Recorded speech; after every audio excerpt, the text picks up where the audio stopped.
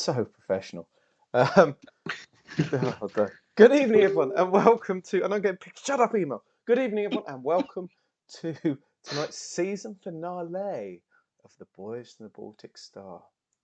A lot of people thought that our season finale would be after the first episode, but we've proven them wrong. We stuck them out.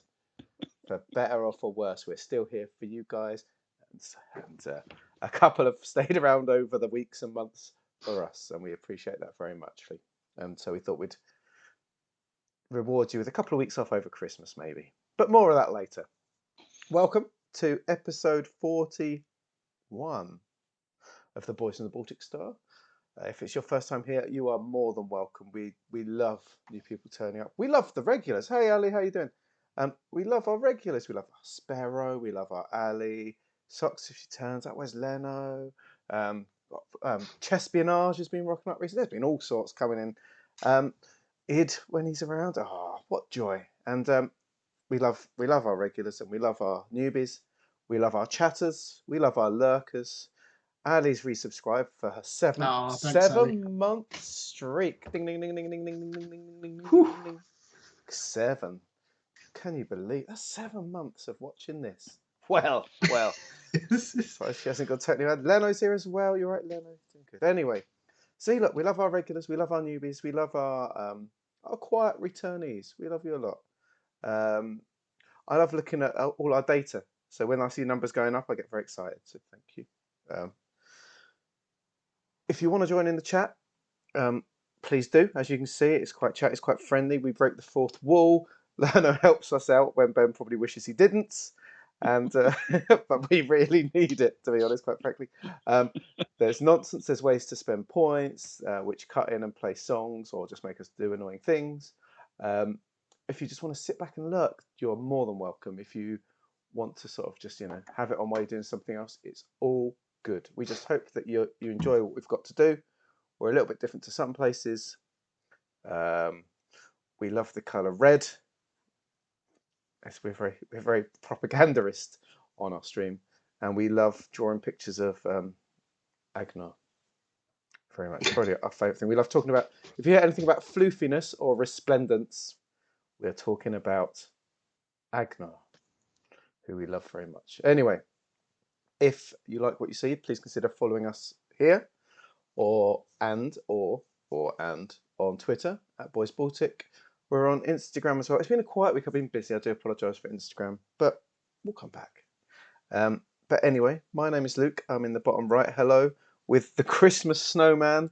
There's not many sweets left in there for the kids because we're down to 19. He's getting very thin, but he's there. I'm in the bottom. I play as Cara and Soraya. 2 across from me. Oh, I hate it when we're split up, Ewan. It makes our fist bump so awkward. Let's try it. I know. Yeah, come on. Yeah. That is Ewan, the man we stand, the most beautiful man in any room he goes into. Thanks. The man with the perfect headphones for poning noobs on Fortnite. He controls Stefan and the floofiest Varga in town, Agnar. How are you doing, Ewan? Good. I'm excited to see what happens. We're going to go what horrendous cliffhanger Ben has for us. Excited and concerned in equal measures. Yeah. Slightly confused. The right measures. Yeah. We have had some discussion, me and you, and before we let Ben into our chat earlier. We locked him out for a few minutes while we chatted. And we still haven't gotten to the bottom of things, so we hope it comes clear as we go through. But the man who might make it all come clear or may throw us a curveball and send us spiralling off into space like Darth Vader at the end of A New Hope. It is our GM, the Traveller referee. It is the man who lives his entire life in the Twin Peaks dream sequence. The man drinking a rather fruity and bubbly wine tonight because it's special. Well, it's the season finale. I thought I'd crack open a bottle of the fizz. A brunch wine, I would call it. Very much a breakfast fizz, yes. It's Ben. How are you doing, Ben? I'm well, thank you. Though I think on this particular segment of the campaign, rather than referee, it should really be umpire, shouldn't it? It should be umpire. Or the very kindly and patient person that drags two idiots across a road because they don't know how to do it themselves. You guys are doing fine. Don't worry. Yeah, I only have to prompt you 15 or 20 times an hour. It's fine. We're getting better at this. Yes, much better. So anyway, Ben, what have you got in line? What's happening tonight? What on earth is going on? Well, tonight we felt we were going to draw the season to a close before a little bit of a Christmas break, won't we?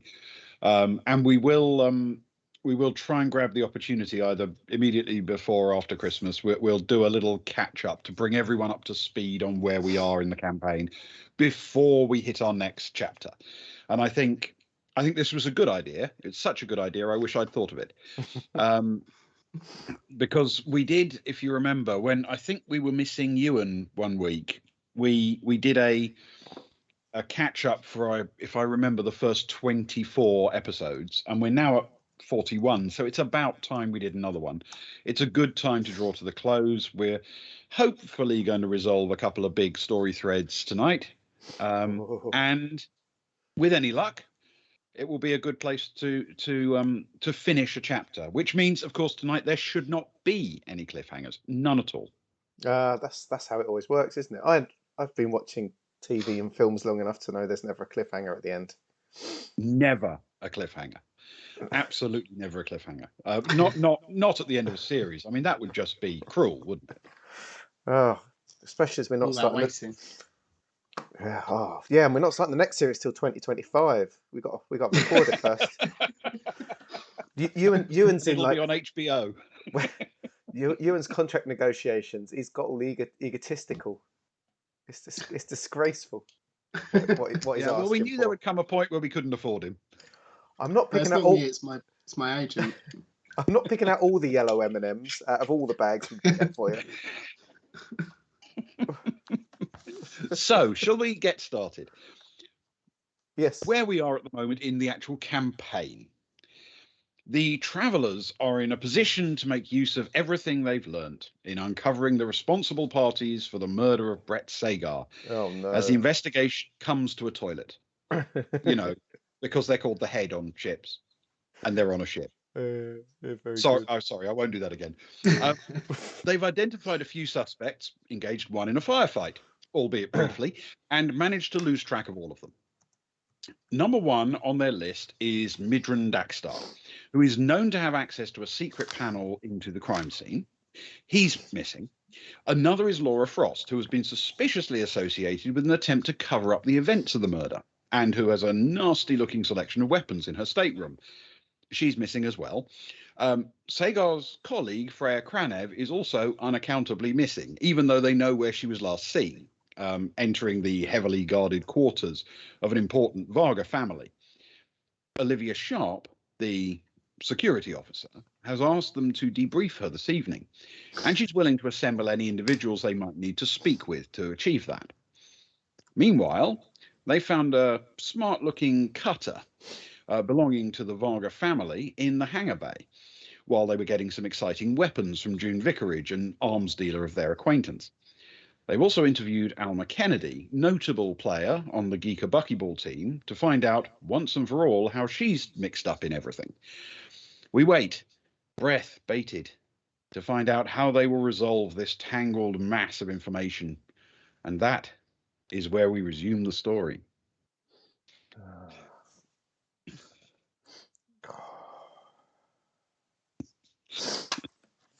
Right. That's good. That's exciting.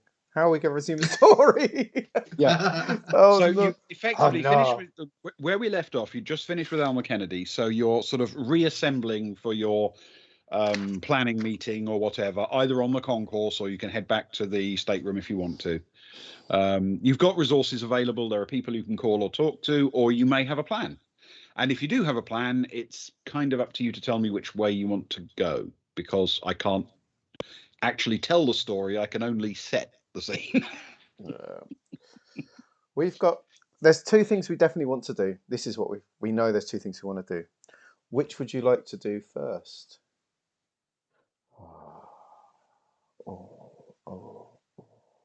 So that was Soraya. So I'm in my mind. I'm picturing Soraya and Agnar and Johnny sort of walking out of the pavilion. You know, like Soraya playfully ruffling Johnny's hair. A job well done. A bit of a joke, like, "Oh man, I can't believe you did that." Agnar, he was great when Agnar. He was amazing. Yeah, it was his finest hour. Our boy's growing up.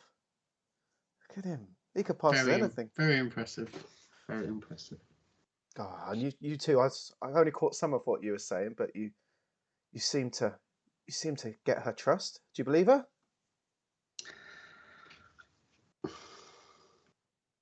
I kind of do. I mean, don't get me wrong. I can definitely see that she could be lying to us, especially if she is involved. But kind of makes sense. She knew the room was empty, or at least there was no fan down there. Hard to say. I mean, you can always ask for her to be included on the list of people to meet with the debrief if you do have another question for her or want to put her in the same room with someone else and see how they react to each other or anything like that, of course. What you mean by having one more thing to say to her? One more thing. One more yes. thing. One more thing. Exactly. Alma Kennedy. What about you guys? Did you, Agnar will ask Sammy and Soraya, what do you think? She being honest? From what I can tell, she seemed it. She was much less edgy than when I spoke to her and accused her wrongly the other day, and then she just stormed off. She seemed to be. She wasn't getting aggro-y. She looked like she had that pressure of what Johnny said. I think that's good. I think we should take her to this final meeting, but it fits our timeline, doesn't it? So, and it fits a few things. It's definitely Laura Frost we need to talk to. And Cara told me there's a very interesting ship in the hold as well that might be worth checking out. Just depends what we want to do first. Have we got a lead on Frost, other than where her room was? That is a good question. We don't. Is it worth calling security, seeing if they've spotted her, and then we can send out our many tentacles into the ship, our eye-covered tentacles, to find out and maybe stalk her around? Yeah, I mean, we're gonna want her at the meeting anyway, right? Oh, without a doubt. So maybe if we said to Frost, look, have your personnel be on the lookout for Laura Frost, but don't engage her straight away. If you find her, let us know, and we can jump in there first, and then at least they'll know where she is. They'll be following her, if they can find her, they'll be following her all day, so they can round her up for the meeting later. Good, cool. Yeah, we can go lean on her, put the boot in a little bit, metaphorically, of course. Yeah. Mm-hmm. Yeah. Cool. Do you want to call her, or shall I? You go for it. Hey, Fids, you right? I might have been calling her a bit too much recently. I'm not sure. Is that what I've been hearing from your bedroom late at night? No, in a professional capacity. Okay. Straighten up his Giga jacket, obviously. Rick Verlo had been moaning to me that he's been unable to get to sleep at night. Well, if you believe Rick Verlo. If you believe him, you'll believe anything. Oh, poor Rick Verlo's going to get a reputation on the ship as a stirrer. Oh, Rick. Okay, I'll give her a call. And Soraya rings Sharp, please. Okay. Who picks up immediately? Sharp. Hi, this is Soraya. How's your day going? Not much different from yesterday, to be honest. I'm hoping you've got good news for me, or at least a list of names. We've got news. We've got a name. We're building that list. We definitely would like Alma Kennedy there this evening, if that's okay. Alma Kennedy. Okay, yeah. Yeah, it might be a surprise, but we definitely would like her there. We think she likes a good brunch, from what we've heard. I think. How's that brunch getting along, by the way? Have you started getting it together yet? Plans are afoot. Good. That's good. It's very important. Yeah, very important. But remember, it needs to be alcohol-free. Alcohol-free mimosas tonight. Yeah, that was said, wasn't it? Yes. Yeah. Alcohol-free mimosas. Though there is another word for that, right? Don't ruin it for me, Sharpie. Sure. Please don't ruin it for me. Okay. We're after Laura Frost, and I'd imagine we're not the only ones after Laura Frost, quite frankly. Yes, we'd rather like to speak to her as well, but unless you know where she is, we haven't been able to find her. She's gone to ground. She's vanished on you. Completely. I assume you're happy with us sending out our eye-covered tentacles around the ship to keep an eye out if we sort of keep in communication with you? Of course. Yeah, that would be fine. Can you roll a persuade for me, please, with social? Social? Mm-hmm. Oh, no. For Soraya, of all people. I know. I thought she was going to try and do it in her common way. Her chummy common way. Sharpie! Can you carouse over the phone? It's 10:30 in the morning. Oh dear. Okay, I'm rolling at a 0 at least. Oh, it's better than Ag now. Oh, really? Yeah.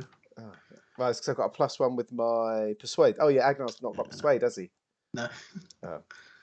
And I've hit a nice early day 9. It's because they're on 9. Everyone. Okay. The Dice Rehab Zone sticker available on our shop or to subscribers. I've rolled very well the last couple of days since I've been using this, so just put it out there for people. Sorry, she volunteers without you prompting that I've had a few people keeping an eye on the concourse outside that Tarak family Varga suite, and we were hoping that maybe someone might be coming and going. I mean, to be fair, if they had, we wouldn't have really wanted to roust them for it, but she hasn't shown up there. Have you seen Freya Cranov leave yet? That's someone else we'd like at the meeting this evening. Yeah. She came out a while ago. We're not exactly following her. I reckon we can find her when we need. Do you want her there this evening? Yes, please. That would be much appreciated. Good. It was her colleague after all, and there's lots of things that don't add up about her. Okay, well, I mean, we'd love to bring Laura Frost along. I have some questions for her as well, but it's going to be hard to do if we don't know where she is. Well, we'll keep an eye out as well. If we spot her, we'll let you know. If you spot her, can you let us know? Because we might be able to sort of get to her as well. Absolutely. Brilliant. Okay, well, we've got other things to do, and we'll catch you soon. Have a splendid. It's brunch time. Have a splendid brunch time. Well, thank you. Thank you. That's it. Okay, bye then. Okay, so once you're disconnected, where are you heading first? Now the question, Soraya turns to Agnar and says, "I suppose we'd better let Kara and Stefan know that there's no point trying to look for Frost yet. I've got a feeling Kara might want to go back down to the ship bay. She's messaged me about something about my my sort of electrics and my toolkit and stuff like that. You coming down, or you hanging out up here for the rest of the morning?" I mean, I am due a brunch, but I'm not. Is it really a brunch if you have it by yourself? I'm not sure. I'll join the rest of you. It's a sociable I'll join meal. the rest of you. I tell you what. I'll tell you what. And Soraya picks up her device and tries to call Kara, doesn't get through, so calls Stefan instead. Hey, Stefan, how you doing? Yeah, okay. Are you and Kara still in that that place for where you're eating brunch? Yeah. Could we're thinking about going down to Kara said about going down back to the where you saw the ship earlier. Does that make sense? She's not talking crazy, is she? No, that makes perfect sense. Yeah, there were lots of ships. There are lots of ships. There is most definitely one. Do you want to come down, John? I think it'd be really helpful using your ship stealing skills. That of course we worked on it together. You took all the fame, of course, and it used up so much of my time that I didn't graduate from military academy because of all the time I helped you with that. So I think I took all the infamy. It feels more accurate, but sure. But I like the idea of doing another ship job together. Cool, fantastic. Yeah.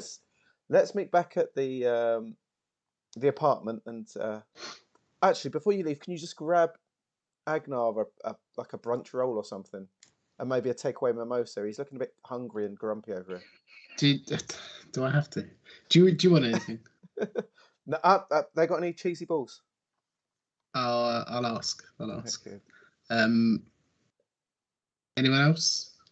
Are you with anyone else? You still looks over at Johnny. Sort of says, "Yeah, Johnny, you hungry? Want brunch?" I feel like we ate minutes ago somehow. I don't think I can eat like you people eat. That's you're very skinny, Johnny. There's barely anything to you. So I understand. Okay. No, Johnny doesn't need anything. Okay, cool. Awesome. Right, see you back at the apartment in a few then. Yeah. Toodaloo. Cool. Sorry, go on. No, you've got more to do than me. I've just got to walk back to the apartment. Stefan will relay all that to Kara, and he said they want to meet us back at the apartment. They're interested in the ship. Yeah, I did say something to Soraya about the ship. I did message her. She's the one with all the tools and the breaching charges and the lasers and everything. So yeah. Oh, breaching charges. Breaching charges. You never know. We might not need it for a door. Maybe for a person. Yes, attach breaching charges to a person. If we need to breach their ribs or something, you know. Yeah. Definitely do that. Yeah. Yeah. We're gonna meet him back at the apartment. Rendezvous there, and then head off, I think. But I just got to get some brunch to go first. Do you want anything to go? Are you right? She looks over at the Tim. Says, "Tim, could you pour the rest of this mimosa into like a takeaway cup for me, please?"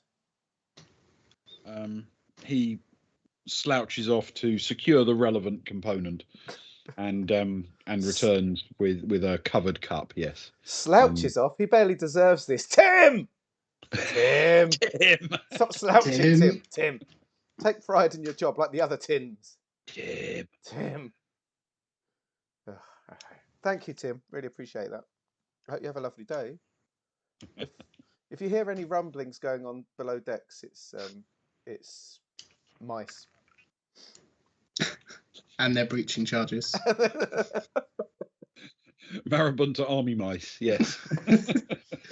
That's what it is. And then Stefan will head up to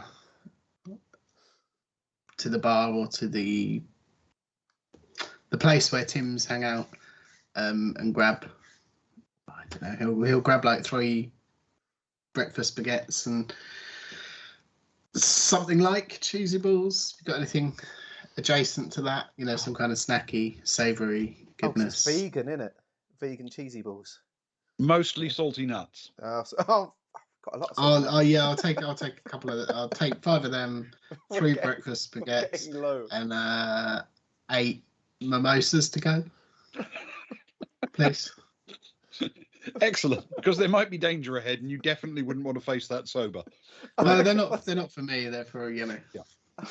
I'm looking forward to rolling negatives on dice just because we've been drinking too many mimosas. This afternoon, well, you know, the evening's brunch is going to be non-alcoholic. So That's true. I suppose we're either making up for it or. And then Cara, can you? This is a lot. Can you just give me a hand carrying, please? Of course. Thanks. Let's go. And she grabs a bag full, and they head back to the apartment. So as they're heading back, actually, switching back, Sarajka turns to Agnar and says, if we're messing with the Varga, there's someone who I'd like on our side. And I don't want to mess with your new best friend's fine upstanding character. I was wondering if you could see if Jax would be down with a little bit of mischief below decks. She seems like the sort that might do things a little bit off-piste. I thought you were talking about me then. What? Which one? The fine upstanding? Being on your sides. Oh, we know you're on your side.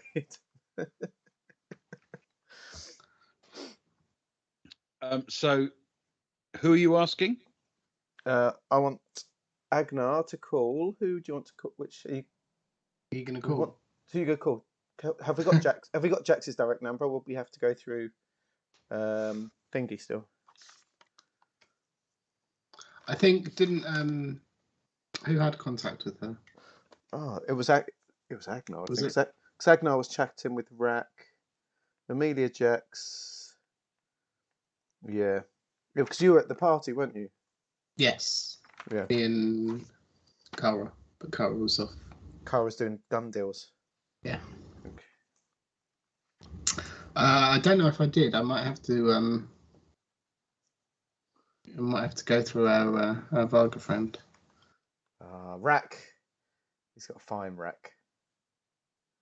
Do you want to give him a call? You get on very well. It'd be nice for you to have one more conversation with him at least. Yeah, sure. I'll give him a call. What are we asking again? To see if Jax is available to come down and give us a hand. We just want to make use of her her specific skill set and morality. Specific skill set and morality. And sense of adventure. Gotcha. Okay. Yep. Sure. No worries. I'll give him a call. I will call Rack. Okay. It takes a few moments before he answers, but it's a matter of seconds. He was probably in the middle of resplending for a while, self-distracting. So, but he answers, yes, hello. Rack, my old buddy. Agnar Alson here. I've got a favour to ask. It's a long shot. Is Jax with you? We were trying to make contact and realised that we have no way to do that whatsoever. Yeah. Hold on a sec. Jax, wake up, Jax. Sort of brief pause, and then the sound of someone being yanked bodily out of a bunk. Then you can hear her voice. Yeah. What? Who's this? What?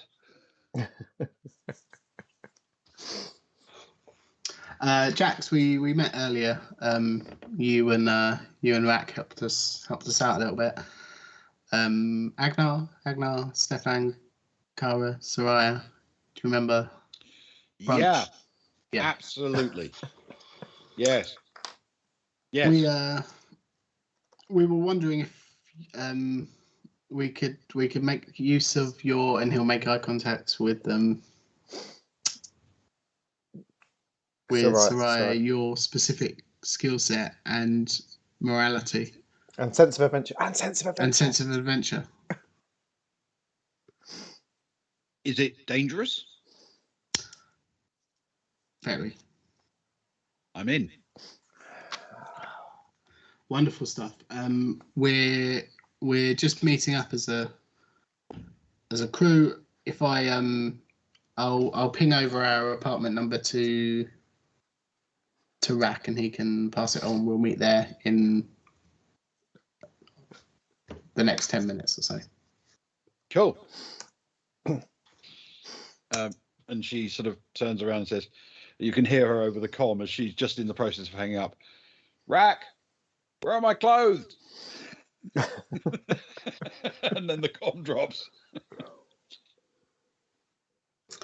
Yeah, she's in. Oh, I like someone that's still in bed at 11 o'clock in the morning. Yeah, must have been a heavy brunch last night. Big, heavy, very, very late and very heavy brunch. Yeah. Yes. Oh, fantastic. We feel like getting a team together. It's like those old Earth movies that I used to watch on my long flights along the borderlands. Yeah, this is definitely the beginning of Act 2 of the Magnificent Seven, isn't it? The Resplendent Seven. The Resplendent Seven. Fantastic. Let's get back and let's see if brunch is ready for you yet. Okay. Perfect. So you head back and assemble at your stateroom. Yes, please. Mm-hmm. Okay. It is but minutes when you find Jax arrive at the door with Rack in tow.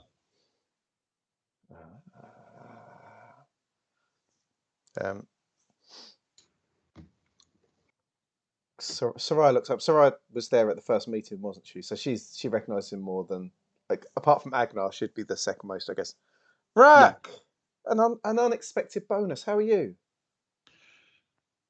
Pretty good, actually. Yeah, pretty good. I'm just slightly concerned that you're trying to drag this headstrong young woman into something that might get her killed. I must say, you are looking resplendent. Why, thank you. I feel like that's changing the topic, however. I don't think we're dragging her into something that will get her killed. We're not in the habit of getting killed ourselves, you see. It's just we've got a little adventure that we thought she might enjoy. Yes. She mostly enjoys things that might get her killed. So I just want to keep an eye. You understand? Absolutely. You're more than welcome to come along and maybe get killed too. Oh, did I say maybe get killed? Have fun too. Sounds joyous. Right. What are we up to? So I sits down and I'm guessing. Would we say that? Who would we say sort of most come up with this year? And would it be Cara or Stefan? Probably we're down there. Yeah, I'm happy for Cara to explain away. And she's going to default to Stefan a little bit, so be prepared for a little bit of defaulting at moments. Footnotes, some asterisks there. Cara will stand up. I like to think they're all sat around the table that's still got the peanuts there that she can move around to show where ships are and things now. Okay. They're no longer in the buckyball formation. Downstairs on our travels to make some purchases this morning, we came across a very unique craft. A craft that stood out a bit, I guess. It looked like it was quite, it wasn't an off the peg ship, as it were. It was a bit more expensive, a bit fancy. Exactly the sort of thing that young Stefan here would always have his eye on, be drawn to, like a moth to the flame. Tell us about it, Stefan. You were the one that walked around it. It's a Varga ship. It's a Varga cutter.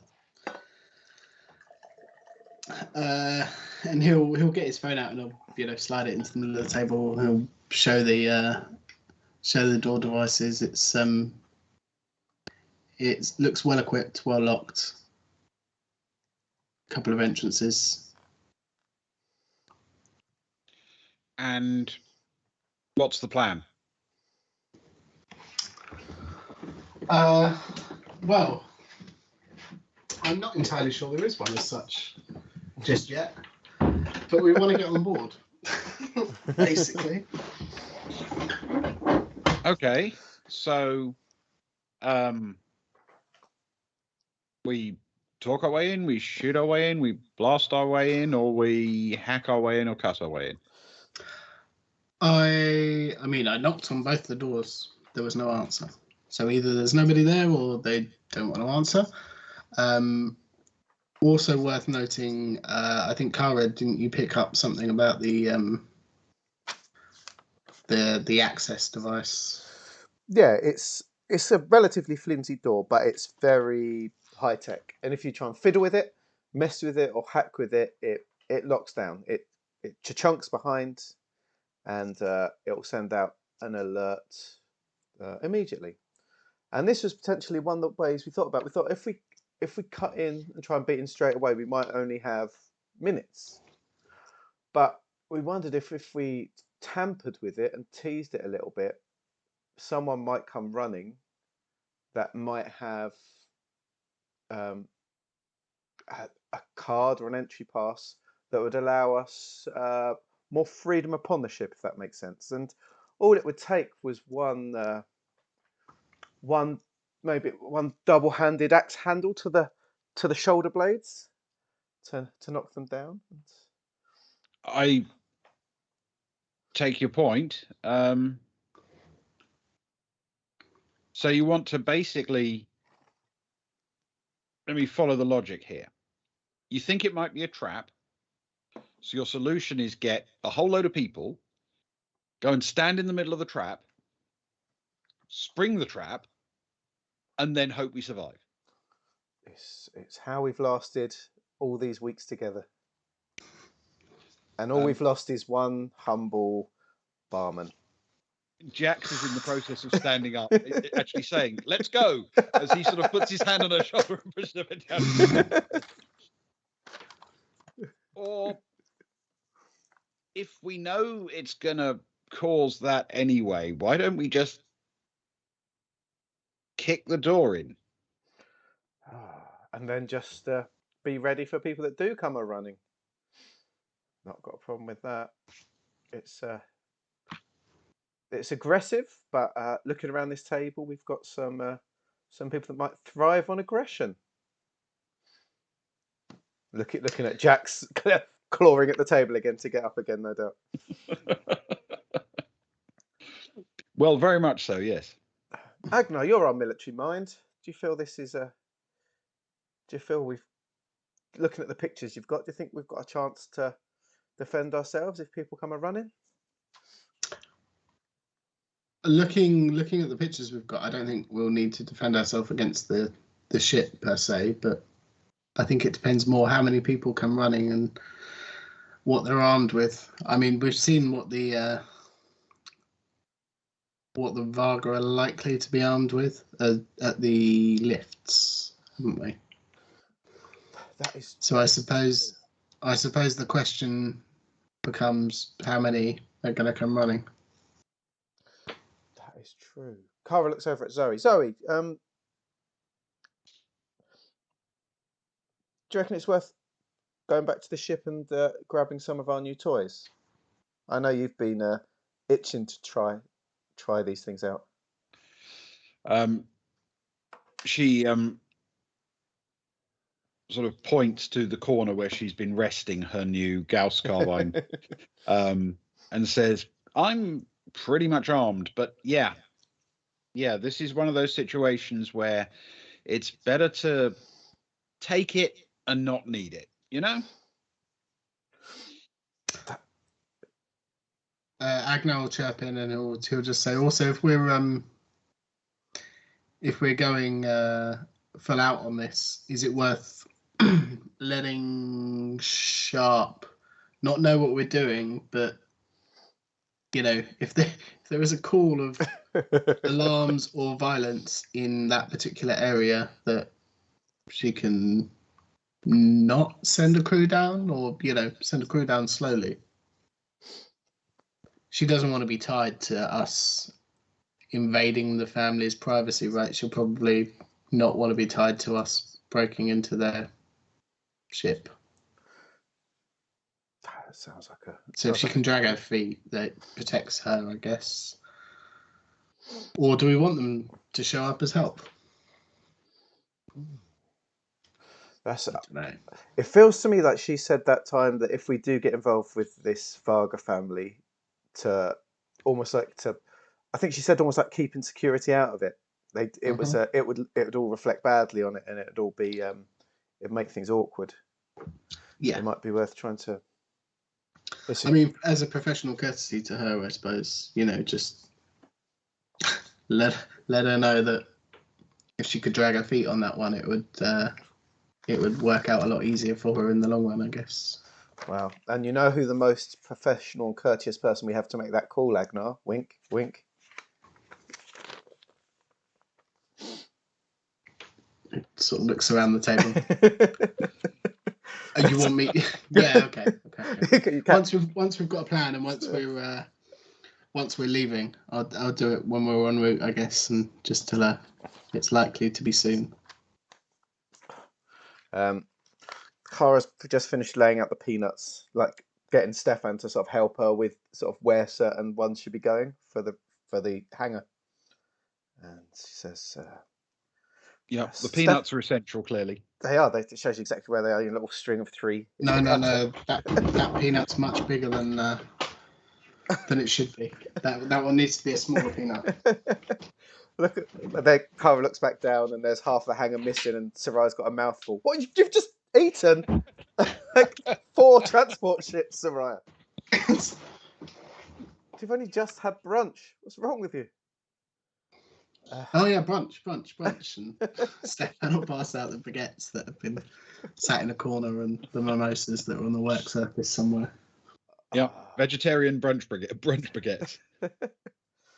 He'll make sure Rack and Jax have both got a mimosa. They seem like they'd want that more than anything else, I guess. Yes, naturally. Yeah. They both drain it in a heartbeat, and just stare down at the table. And Jax says, "So that nut there is the doors, and we can hide behind that nut for a while." But, yeah. Okay, I see the plan. So, are we ready to go? Yeah. So Kara sort of stands up, and she sort of looks at them all, sort of sat there with the crumbs around their mouths and mimosas spread around all the peanuts. He says, "This feels like the mission is perfect for 7 resplendent individuals. I think we need our electronics whiz, our mechanic. Soraya, you're on the door. I'm on electrics. We need someone that's willing to be there with a gun to cover us in case someone comes through the door. Anyone?"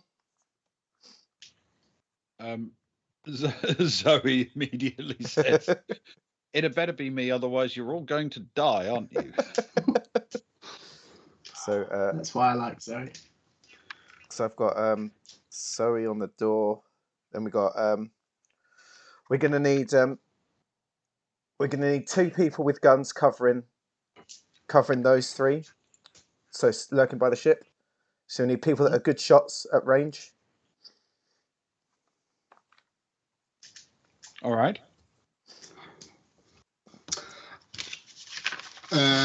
What range are we talking? How long is the thing? If people start running down into the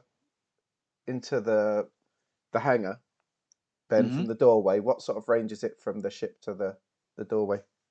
Of the order of 100 meters or so from the doorway down to the actual cutter.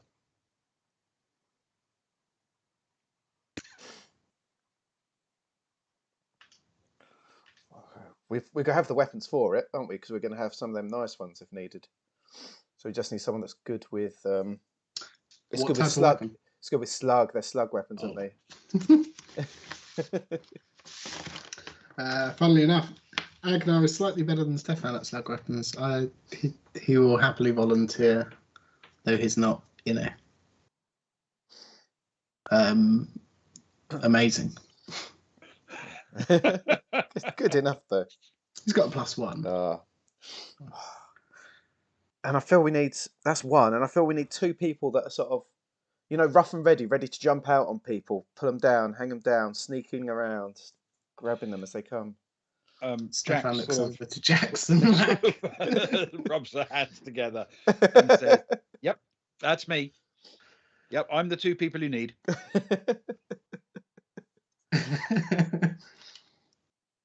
Oh. Stefan, you looking forward to this? This is right up your alley. I am. I don't think I've ever done anything quite like this, with such a crew on such a scale, but it'll be it's exciting. It's a learning experience. And I guess the last person is the resplendent Rack. Rack, are you joining us to nearly die? Oh, sure. Yeah. I've spent my entire professional career putting myself between Jacks and people who want to kill Jacks. No, that's not right. Putting myself between Jacks and people Jacks wants to kill. Yeah. Not going to stop that anytime soon. Quick question, Stefan. I'll say, how many people have you assigned so far? There's 6 of us and you, Stefan. To the hangar. We got it's up to you. We need someone that's sort of willing to stand by and sort of look out with the rifles over the hangar, and one person to lurk around. And everyone else is going in. No, sorry, we got 3 people going in. Yeah. I'm invincible. we got the original 3 going in. So Kara, Soraya with Zoe, which is so Zoe's point basically, and then we got Agnar and Rack that will be sort of near them but scanning over the hangar. Oh, well, Agnar is anyway, and then Jax is definitely sort of ready to pounce and get rough and tough as needed. And then it's Rack and Stefan as well. Perfect. We got that 7. Sounds good. No one may come, but you never know. Just wanted to get 7 on the job, really. Yeah. I mean, there might be a whole army on board that ship. Hoi, hoi, hoi, hoi, hoi, hoi, hoi, hoi, hoi, hoi. Yeah, but if you fit that many in, they'll come out with wild hair and red noses. It's a thing. But Big shoes. big shoes to fill. Yeah. So going into the actual hangar bay itself, you're planning to take Zoe to cover you. You're going to take Stefan to do sneaky stuff. You're going to take Kara. Yeah, Kara. Because if there's electronic computer stuff, that'd be her. Soraya for any sort of cutting and lasering and stuff. She's got that sort of gear with her if we need that. We've got Agnar, who's probably the best shot on our team, I think. And he's in a Ewan, he's got decent shot, hasn't he? Yeah, he's better with energy, but he does. He's got his laser carbine, so might as well use that. That's true. You can put that out. An Yes, extra. perfect. Yeah, he's used to that. Fantastic. And then we've got Jax and we've got Rack. Cool. There we go. Okay, so that is the going in team. Jax, Rack, and Zoe, and the 4 of you guys. 4 of us. Exactly. That's superb. Okay. And are you heading there now? Is that the first place you're going? I reckon so. There's nothing else on our agenda, is there? If we can't find Frosty, Ewan, there's nothing else. I think until we hear from Frost. Yeah. Right. Or somebody who knows where she is. More importantly, not from her. Well, sure, yeah. I assume the chances of her contacting us are very slim. I hear you've been looking you for were me. looking for me.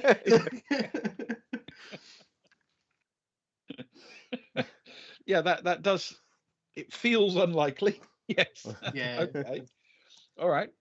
So you make your way to the hangar area, and you're presumably taking a detour to where your ship is in order to tool yourselves up. Why not upgrade our weapons? I say for those that have the skills. Okay. So you make your way down that enormous lift shaft, a couple more floors than the one you'll eventually be going for, in order to jump into that part of the hangar bay, and make your way to your ship, which is uneventful, and you collect your weaponry. So consider carefully what you're bringing based on your own skills and your new inventory, which of course you do have available. Yes. As we're collecting our weaponry, Agnar will call up Sharp and just relay the information. The general hangar area that we're going to, he'll get off of Kara or Stefan and just say we're going there. If you want to avoid any direct involvement, as you said before, it's it might be worthwhile dragging your feet if you hear anything from this area. Fair enough. All right. Sharp says, "Oh, you're going to make a mess, aren't you?" Oh, we're gonna try not to, but generally speaking, things might go wrong. And if you or your team show up, it might put you in an awkward position, and we're very aware that we don't want to do that again. Yeah, I'm completely on board with that. I mean, we have certain rules that we follow, like, for example, we take prisoners, and we try very hard not to kill entire sections of the ship all at once. So we'll That reminds me, I need to tell everyone non-lethal. Thanks. What? Non-lethal. Oh, boring. Yeah. You see Jax's face absolutely fall, like, Kara will whisper, only if it's the husband and wife. The rest, just go for it. No. The rest of the people that we want to, they're just doing a job. Just, they're not the bad guys. They're just trying to earn a living. It's not like they're gardeners or anything. Wow. What if that's Kill how? one gardener and that could be how Varga gardeners dress. Could be ceremonial garden. That's why they're heavily armed, because they've heard that Stefan's on the ship, and so they've given them all the high-tech weapons to protect them. I bet you didn't think about that. All I'm saying is, if you can avoid killing armed protection for somebody who's just trying to do a job, then try.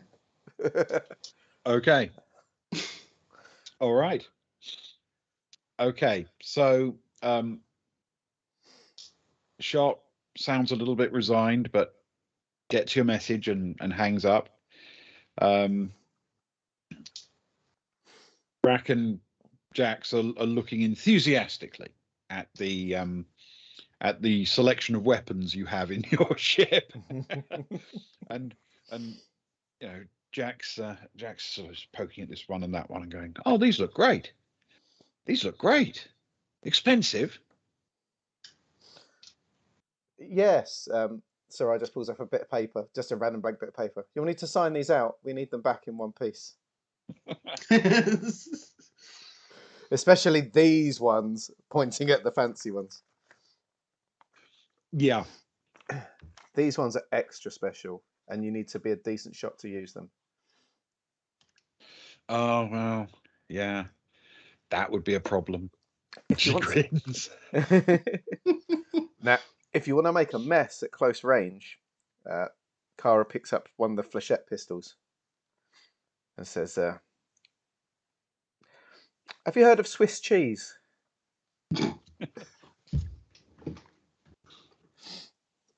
Excellent stuff. Okay. And she looks over and sort of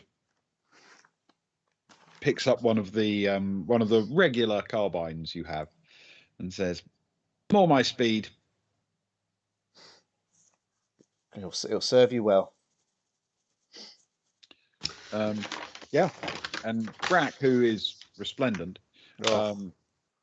is also, it turns out, armed. He has his own quite substantial and bulky looking pistol, and he pulls it out, shows it, and then tucks it away again.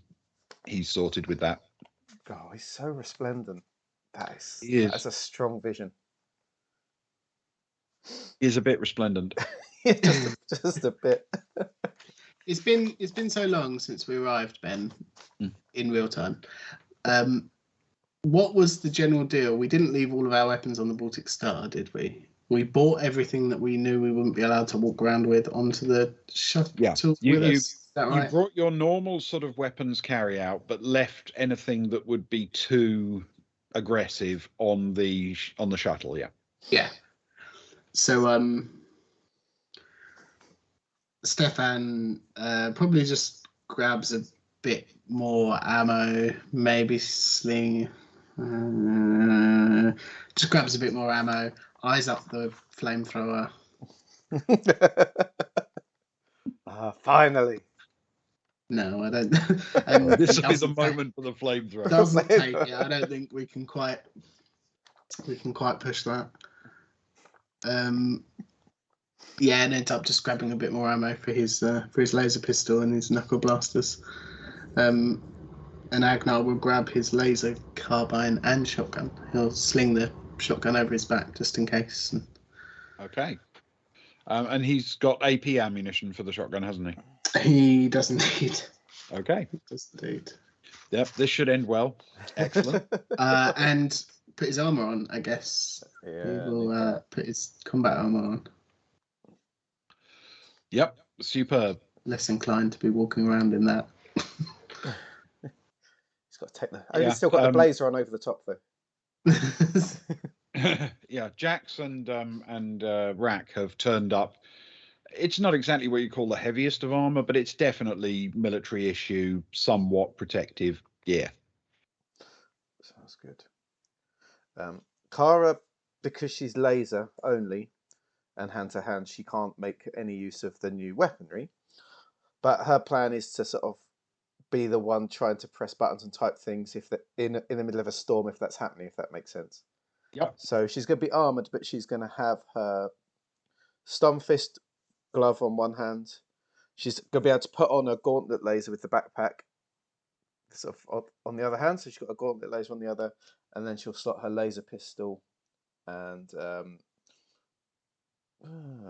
be bothered with that. And then maybe the laser carbine just slung over her shoulder. So it's all just laser stuff really for her. And Soraya's going to grab one of the new weapons with much excitement. This is the first time she's seen one. Yep. She's going to take a flechette pistol, which she'll be using instead of her regular Gauss pistol. Mm-hmm. And she's going to take, there's no need to have the guided one if she's going to be close. I think the regular carbine Gauss is probably the better choice because it's got that auto fire and it's close in, isn't it? And that's what she wants to be. So she'll take one of the fancy carbine Gauss weapons as well. One of the fancy ones with the guided ammo. Not the guided. If my thinking is most of my shooting might be in and around a ship because there's other people at long distance, I'd be better off with the regular carbine Gauss rather than the guided one. Correct? It depends how tough a target you're after. The guided one will give you a substantial bonus to hit. And therefore, remember that could impact the effect. So if you're trying to get through a heavily armored target, for example, it might be a big deal. Oh, in which case, she'll drop the first carbine Gauss as she looks at these fancy new ones, the fancy ones. Her eyes light up. oh, from above plays. She holds it aloft in both hands and strokes it. My precious. And slings that over her shoulder. Okay. And then make sure she's got all her like her tools and her tool laser and stuff like that. The stuff that she'd normally load out if she wasn't walking around a cruise liner, quite frankly. Excellent. Okay. So, with all that in mind, you are taking a party of 7 people down, or now up, a couple of stories of lift into this hangar area. Everyone is tooled up. This bit is all below the ski slope and the ski lift, so this isn't a particularly busy part of the shaft. If you were heading up higher, you might garner a few odd looks, given that you seem to be dressed for Armageddon. But the other, the other people who are sort of coming and going are just heading back and forth to their own ships, and they're a bit more of a well-heeled crowd. It's not that surprising to find a group of bodyguards or heavily armed escorts because they're moving valuable things, for example, to and from a private ship. So they seem to take in stride. You get to the relevant deck, and you stand at the doors in the lobby, ready to head into the hangar bay if you want.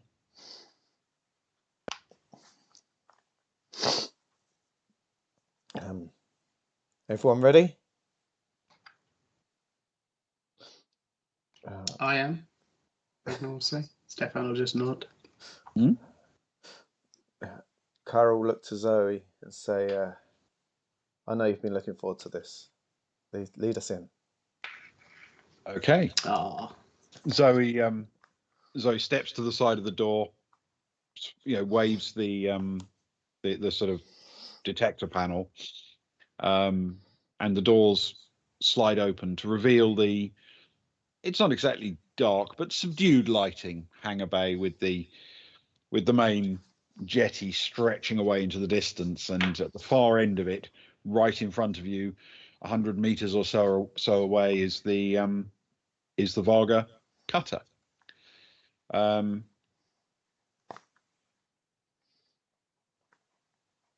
She turns to Agnar, nods, and then starts walking straight down the middle of the concourse. Is everyone following?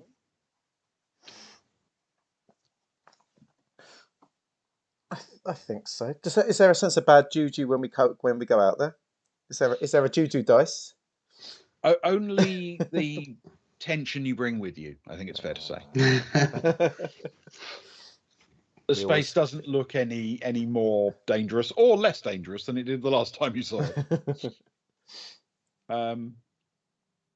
You arrive at the first of the 3 sort of crossing secondary jetties, and Zoe stops underneath the sort of lights in the center of that, casts her eye around, and then turns to Kara and says, "How close do you need to be to do what you need to do?"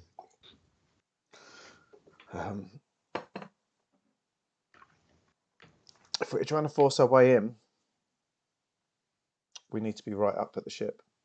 The 3 of us, especially, motioning towards Soraya. If you've got good spots for cover, then we can leave people there. But the 3 of us, and maybe someone else, might be worth getting right up to the ship. Right. She looks around and turns to Agnar and says,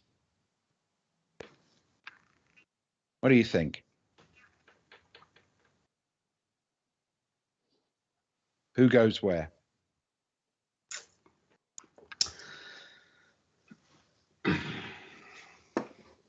Well, you're the entry party that we agreed on, right?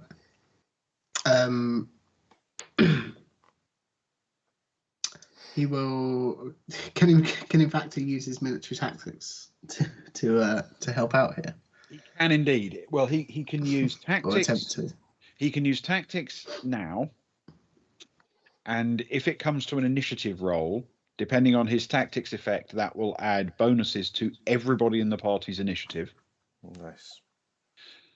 And then once we enter combat itself, he can also use his leadership for a major action in the first round to generate a boon, a number of boons that are available for either the party or for me, depending on whether he rolls a positive or a negative. And he can do that. They have to be used in that turn, however. So if he chooses to use leadership rather than fighting, he would generate potentially boons for the other people. But that's once combat starts. If combat starts.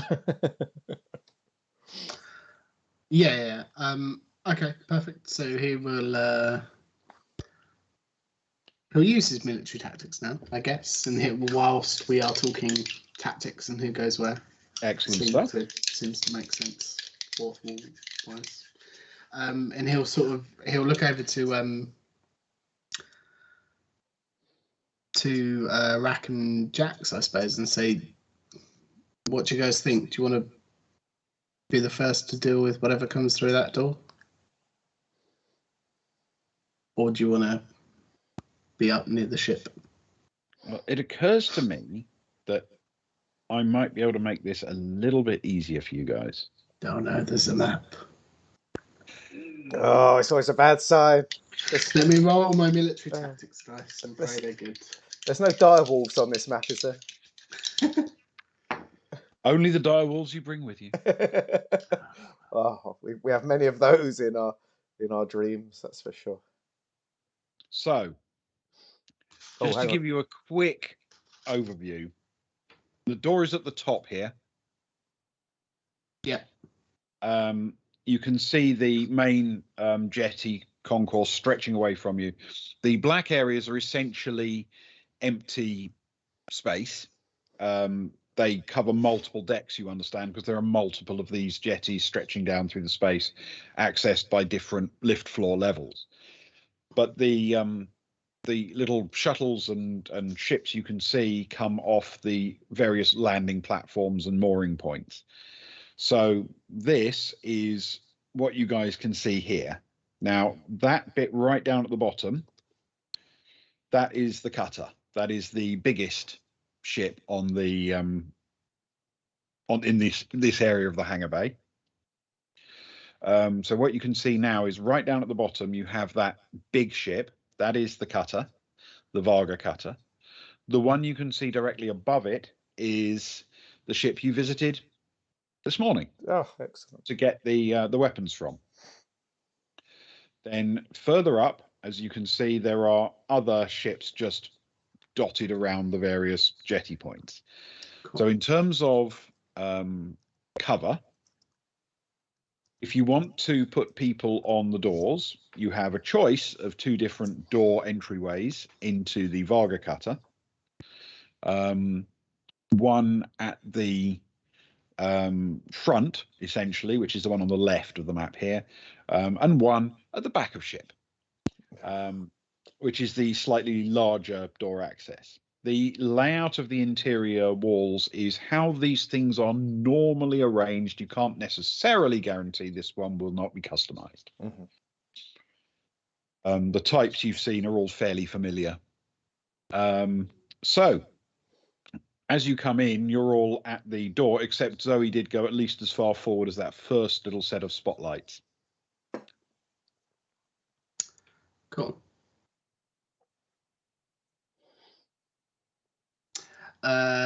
Carl, do we have anyone on the doors?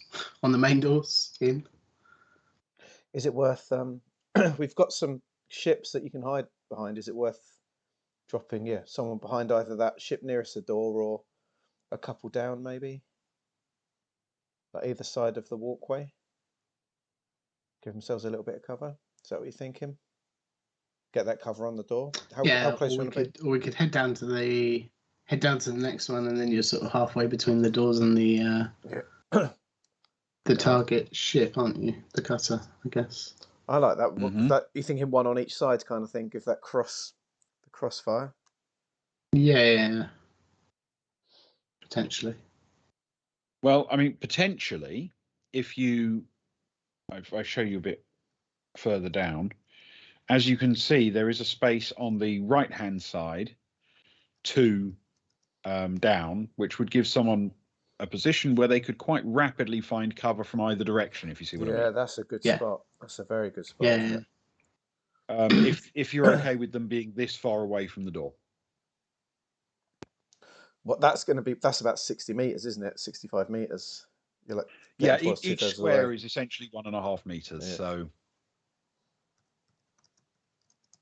yeah, I mean that's recent. That seems reasonable to me. Should we head further down? Yeah, let's keep going there, and we can leave our first people there. I think that makes a lot of sense. all right. So who would you like to put in that section between those 2 ships as your sort of covering group, I guess?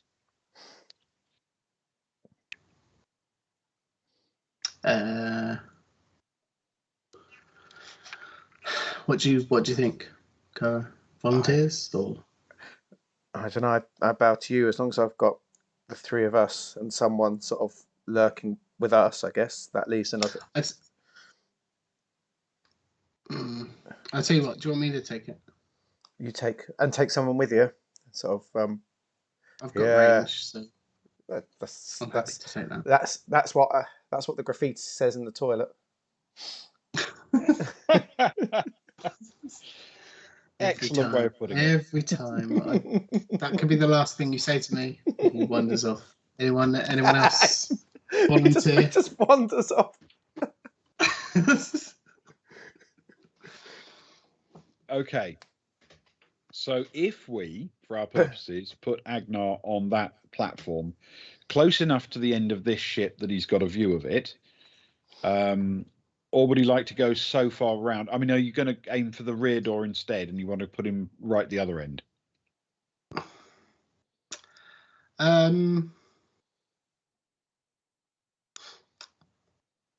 Because essentially, from where he is, he can cover the front door. Yeah. But he's quite exposed from the door into the space. Or if you choose to approach the rear door rather than the front door, we could move him a long way to the right, and then he would be able to get a bit of cover potentially for a square-on shot there, and be pretty well covered for the main door as well. Can you move him up and to the right so he's almost in line with the front of that top ship? Yeah, let's do that. And then he's covered from the front door, but he could potentially step out and have a look. Yeah.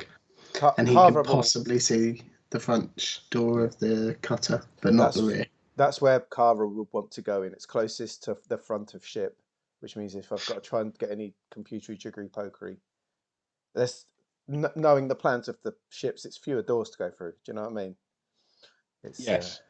Yeah, I think, therefore, if he wants to be able to keep an eye on what's going on, that's about as far as he can realistically move. He can't get much further over without losing without sight. it. Yeah. But he could take like 2-3 squares over and be covered from all doors, essentially. Which seems good. It's a minor action, isn't it? Basically, yeah, that's absolutely fine. Yeah. All right. So, if you're happy with that location, at least for the time being, then we know the other 3 are all going to be down near the front of things. So, where would you like Zoe, or do you want her essentially with Agnar? Can I have Zoe with Kara and Soraya? Sure. She's got a good shot on her. So I want, ideally, if I'm trying to get through the door, I'd like Kara, Soraya, and Zoe by the front of ship. Okay, and how about Stefan? Where are you thinking, Ewan? Do you want him with the 3? Do you want him towards nearer the ship, further away? He'll go towards the ship with the 3. I suppose he's not got much range, realistically speaking, on him. Okay. So if we pop Stefan nearby, Or he'll say to the 3, I suppose, do you want me to cover the rear deal just in case anything comes out?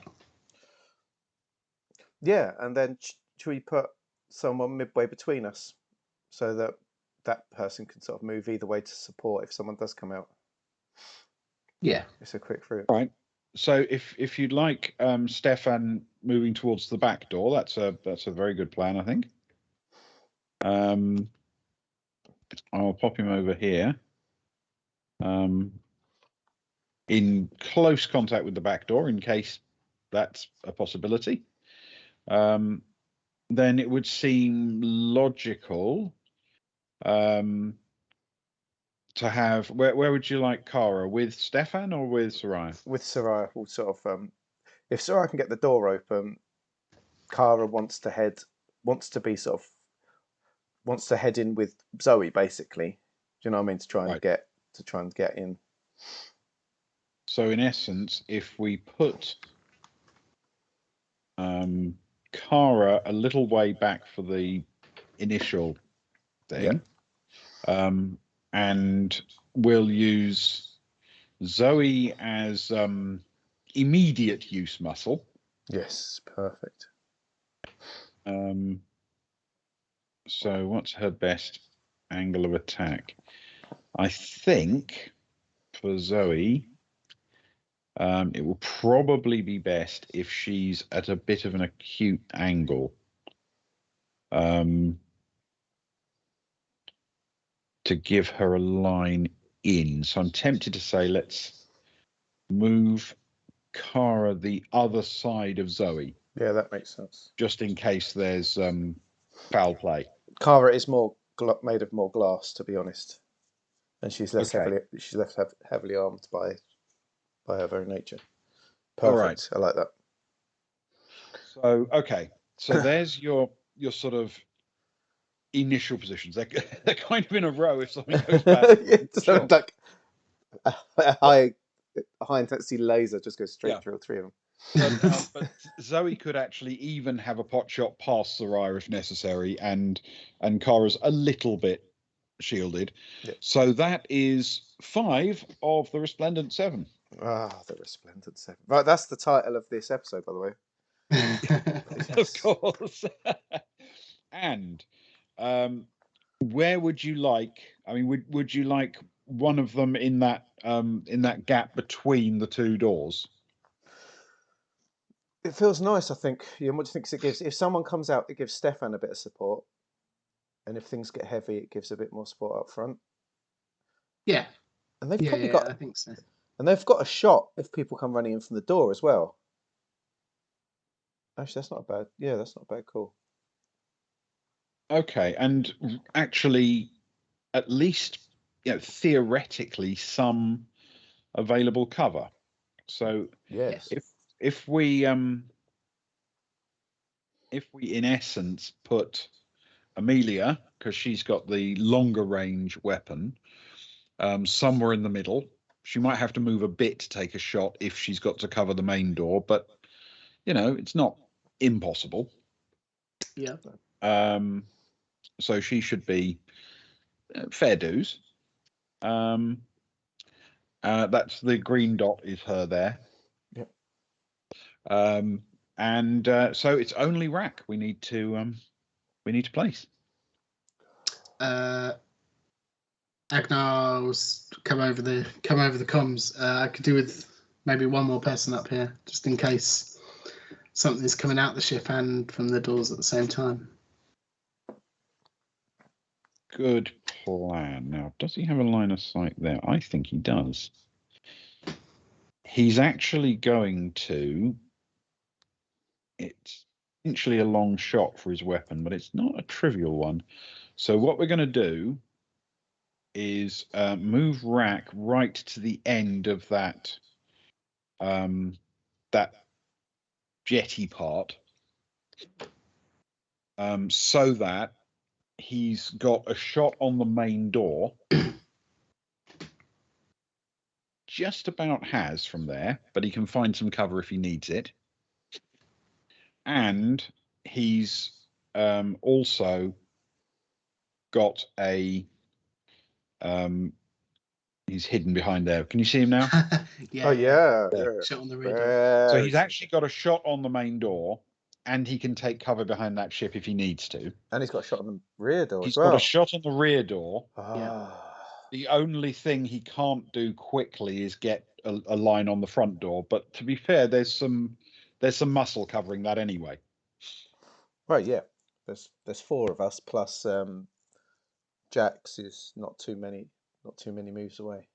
Yeah, well, Jax is close enough to cover the front door or the rear door if needed, and I mean certainly Agnar could take a bead on that door as well. So he's placed himself somewhere useful.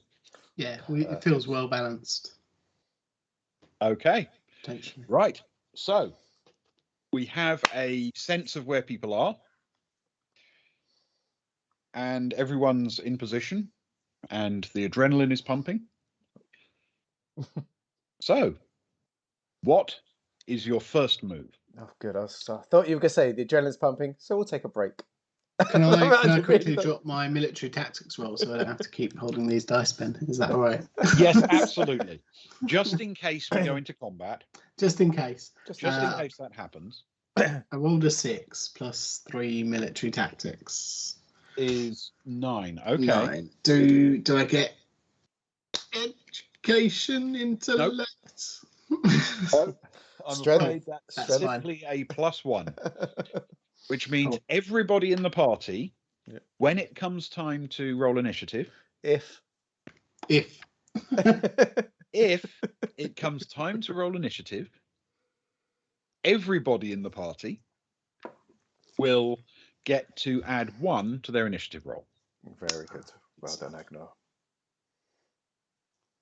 As we are planning out where everyone is going. I believe that's over to you, Luke, for the first step. Right. I spent a while considering how gently I was going to do this. Sarai plants a breaching charge.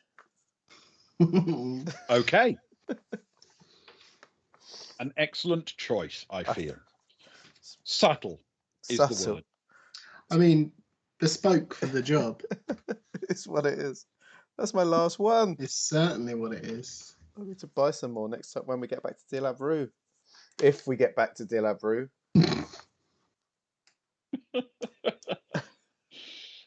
Yes, indeed. Yeah, I mean, I think at the moment the odds are in your favour. You have quite substantially beweaponed before doing this. Okay, so Soraya plants a breaching charge. And this is where we do. Now, Soraya's going to have to back up a bit. Yes. Just a little. 1, 2, 3, 4. I mean, actually, because it's a breaching charge, Zoe is outside its immediate range. Oh, that's good. But Soraya is not. She will be blown completely off her feet if that goes off, and it might cause her a considerable amount of damage. And she'll move back and to the right then, please. Okay. To sort of mirror Zoe's position, but on the other side. Yeah, for sure. Sure. Okay, we'll do that. So if we move Soraya back, we now have Soraya and Zoe in sort of roughly symmetrical positions around the door. The breaching charge is planted. The system is ready to go. Okay. You all have +1 on your initiative roll, and that's where we'll take our break. Oh, you boy. It feels like the perfect moment. It does, really, doesn't it? It does. I love Yeah. it. Because once everything happens, it'll happen, and it'll be a while before we can easily take a stop. I think that seems very, very fair. Or not. I mean, who knows? It may be all over in 3 seconds, but we don't know. It's the Resplendent 7 against one door. Yeah, but doors can be shifty. They can't they? Yeah, doors can be a challenge. Especially for Agnar. I'm glad he's a long way away. We've encountered this before on this ship. If only we had a breaching charge at the time. Yes. Okay. Right. We will take a few minutes break, and we will come back to raise a toast to Grey Hill, and then to resume. Oh, it's like a good luck charm. Okay. Perfect. Right, I'm going to click some things. Go and get a drink. Go to the loo, whatever you need to. Viewers, don't go anywhere. There's actually we've got a map. It's rare for us. It means good things. So it's a nice looking map as well, isn't it? Really impressed with it, actually. I mean, it means things. It is a very nice looking map, Ben. Did you do it this week? Did you do it this week, Ben? Yeah, I was actually working off it yesterday, of course, but there was no real reason for you guys to see it then, and I didn't want to give away the thing. Yeah, I'm a big fan. Big fan. Okay, right, hang on. Click, click, click, click. Where's the advert one? There it is. It's that one. Click. Let's change that. Oh, I need to get rid of the initial picture, but keep the music. Click, click, click. I love the way you chunter away talking through all the things. Okay, we're going to go silent, and we'll see you guys in a few minutes. 3, 2, 1, click.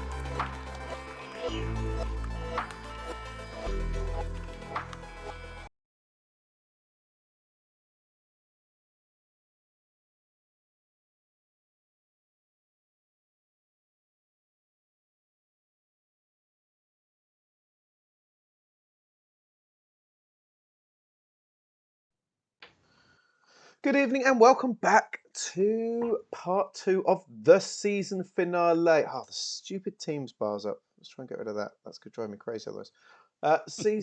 End of season 1 of A Boys from the Baltic Star. Those of you that only turn up every now and again, you may be utterly shocked to see a combat map on screen. I think there's been about 3 in the last year.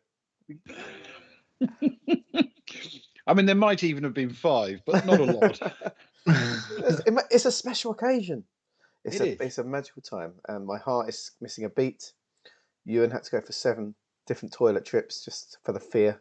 That's why we took so long. I do apologise. He kept sitting down and vanishing off again. But thank you, those of you that hung around. If you've just joined in, welcome, and I hope you enjoy the second half, the final part, the final Baltic Star live episode of 2021. We'll do other things, but it's the last bit of this story. You can see the Twitter. You know how to like us. But the one thing we do always like is Ben giving a toast. What are we toasting, Ben? We are toasting a much missed crewmate. And I've been taking the opportunity to tell little bits of his backstory and his life before the Baltic Star, and in particular, little bits of the myths and legends associated with his magical special cocktail shaker. And many of these myths recount how he came by the cocktail shaker. But I'm actually not going to tell one of those today because it's a special occasion. I'm going to recount something that I saw on the cocktail shaker. You see, if you turned it upside down, and on occasions I was able to see the bottom of it, there appeared to be written, engraved within it, some instructions. And they read in an ancient and arcane script: place the drinks in the cocktail shaker. Then shalt thou shake 3 times, no more, no less.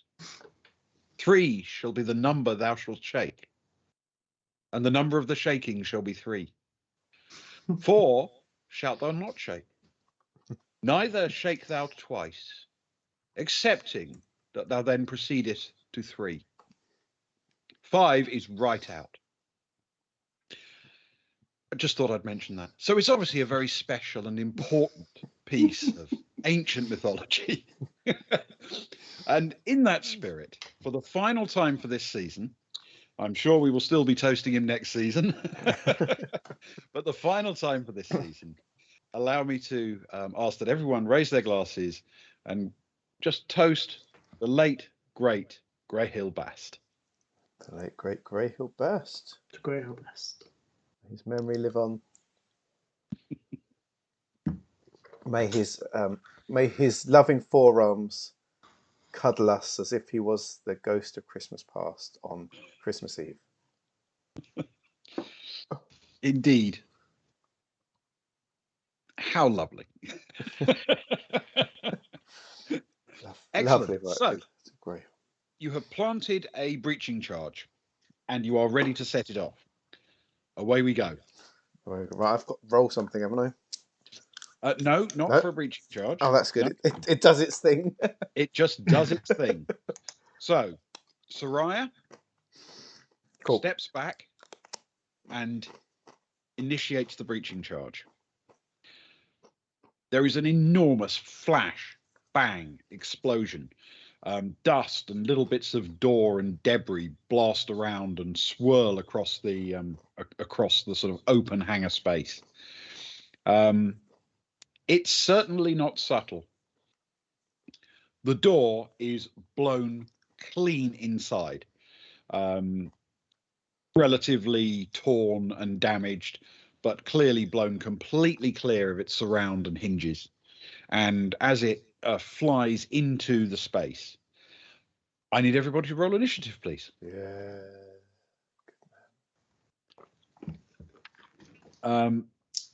Remember, you get to add +1.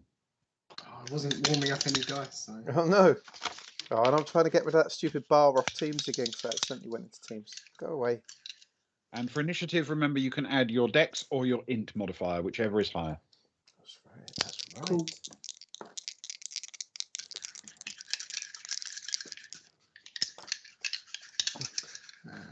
Right, let's do Stefan first.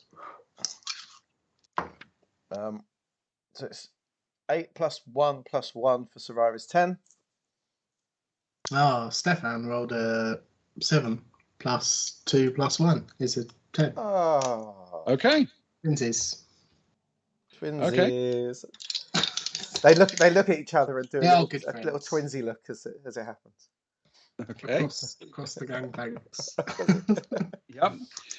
Can you just tell me whether it's Soraya or Stefan who have the higher dex? What are their dexes? Stefan's is 12. Stefan's is bigger. Soraya's is 8, so Stefan will always win that. Okie dokie. Right, so I need Agnar and Kara, please. Right.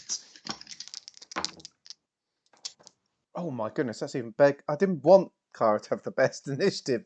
She doesn't want to be the first person through. What does that calculate to, including the +1? 14. 14 for Kara. Wow. I didn't want her to be first. Don't blame me. Yeah. I rolled another 7, so that's a 10. I'll make it difficult for us, I don't you? Well, I know. So what is Agnar's dex? His is 12 as well. Okay. Right. So Agnar and Stefan effectively are going at exactly the same moment, which is fair enough. That will make it easy to track what you're doing. Yeah, I suppose. And we need... Oh, that's good. All right. So, that done.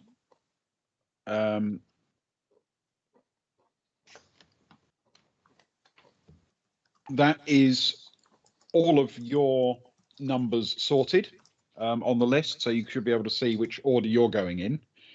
And I've got the order list for the others. I'm just going to put it there. That should be enough for you to see both of the green dots. Yeah, sorry, the Can team resize bar, it if I need the team's bar's not vanishing. It's being a bit annoying at the minute. So sorry about that. Okay. I'm hoping this will be a sensible sort of arrangement for it. That looks okay, I think. Right, we'll do that. And right, so it is in fact Cara who gets to go first. It's a shame because there's not a chance that Cara's going to go first. Once more into the match. Is there anything she can do to prep stuff for the future, Ben? If she's not moving? Well, the obvious thing she can do is she can take a leadership action. What do I need to have in order to do that? Well, leadership. Yes, you'd need leadership. That's not going to happen. Then you roll 2 dice, add your leadership bonus, Yeah. -3 if you don't have it, and Yeah. then that affects everyone's boons and banes. That's not going to happen because I don't want to give everyone a -3. It would be really, really handy if you rolled a leadership action right now. I mean, it wouldn't be for you, you understand. But it wouldn't be for anyone else because I'm rolling with a -3. So I'll just be, as in it. It will do negative things to people, or it will add something. Yeah, it would give me boons when attacking. Oh no. Basically, if there's combat. If there's combat. Yeah. So I don't want to do that. Sparrow, thank you. You've made it almost viable now. So I'm gonna have to. I've got to hit at least an 8, haven't I, for it to not be bad? Yeah, you have to hit an 8 overall. That means I've got to hit an 11, and it's only on leadership, isn't it? No extras. Yep. Oh no, no extras. I can't go for just to go run even. No, I'm not gonna do that. I'll keep boon in the bank. Boon in the bank. Hold it for when you need to take a shot or something. Exactly. Okay. She's just gonna pat things through, make sure she's got her weapons in hand. She's ready to roll. The laptop is primed, ready if she needs to plug it into anything. Could I? I'll tell you what I could try and do. You could take some photos. Philosophize for a bit. Could I, while I'm in there, just in case because of the light, can I just pop a starlight drop? Yes, you can. Thank you. There you go. That's useful. For those that don't know, a starlight drop for an hour, I think, gives you the chance to see, and you see better in the dark. Basically, you don't get a bane or whatever in the dark. Correct, Ben? Exactly. So, yeah. So if it is murky in there, I've got loads as well. I've got 34 of them. I'm never going to run out of starlight. I pop them like candy. Bits to make him do a leadership roll. Oh, too late. I popped. That's against Ben, Leno. It's not against me. I wasn't too afraid to either ask for drugs or jump over a fence. I think the jumping fence was me. I wouldn't have done either of the two things, but I feel, Leno, you can use it on one of those two. I think that's fair. I think we're all agreed. I am. I'll jump over a fence. Won't roll a dice. Yeah, well, there's much more at stake now. That was only potentially mortal injury. That's only. I mean, that was his life versus Cara or Soraya's life. Yeah. I'm more concerned about Cara than I am with myself, it must be said. Yeah, don't blame you. Absolutely don't blame you. Yeah, I worry more about her as well. So okay, you are essentially popping a starlight drop, and then we move on to the next person to go, and the next person to go is Jax.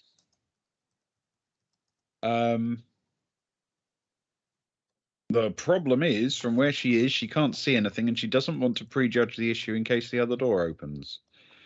So she is going to do nothing at all. There we go. And we move on. Look, see that someone up? Just Leno. Zoe. Okay. Zoe is in a position where she can move forward. She can make it into the doorway.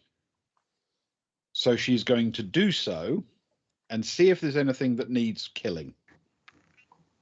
That is going to be her attempt, because that's a minor action to move, and then essentially she'll be able to hopefully see if there's anything worth killing. She sees inside the ship a person. And the person she sees is Laura Frost.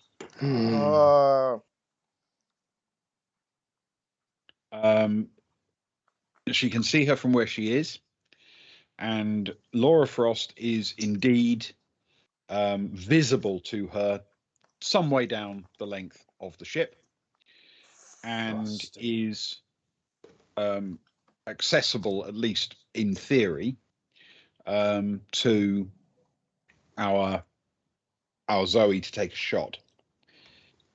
Question is whether she wants to. Are we going to take a shot at Laura?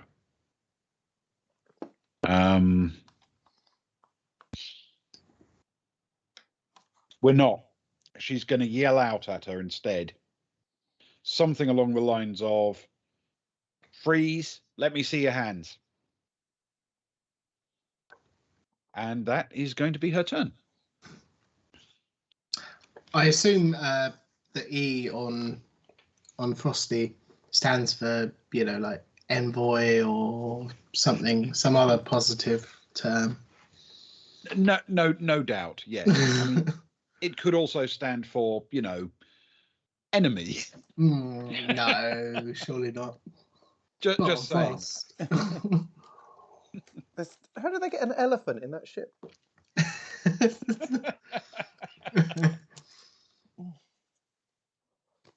Okay. That will be Zoe. It's Agnar's turn.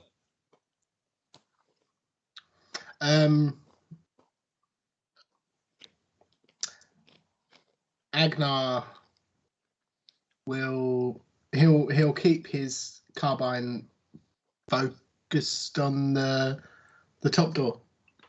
I suppose is his main concern at this point, whilst there's a lot of people down below.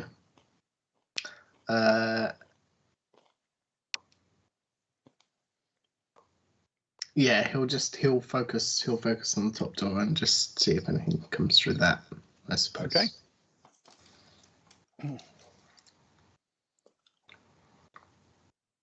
Excellent Until stuff. he hears any different. All right. Okay. So he will take an aim action to the door. Yes? Yeah. All right. Okay.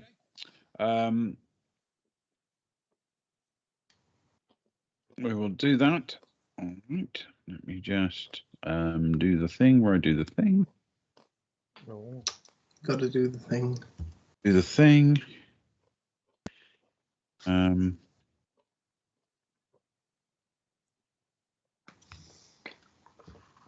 Pop it there. Okay. Right. The next up is Stefan.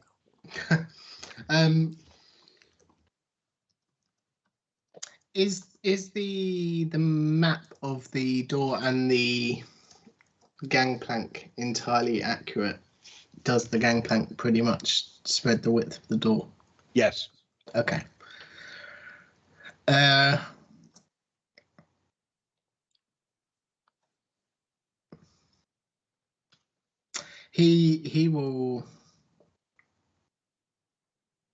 He'll wait there, I suppose.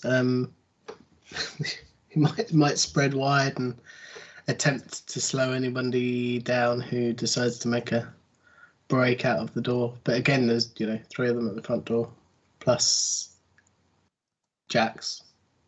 So he'll just make himself big across that door and see if anything comes his way. Okay. All right.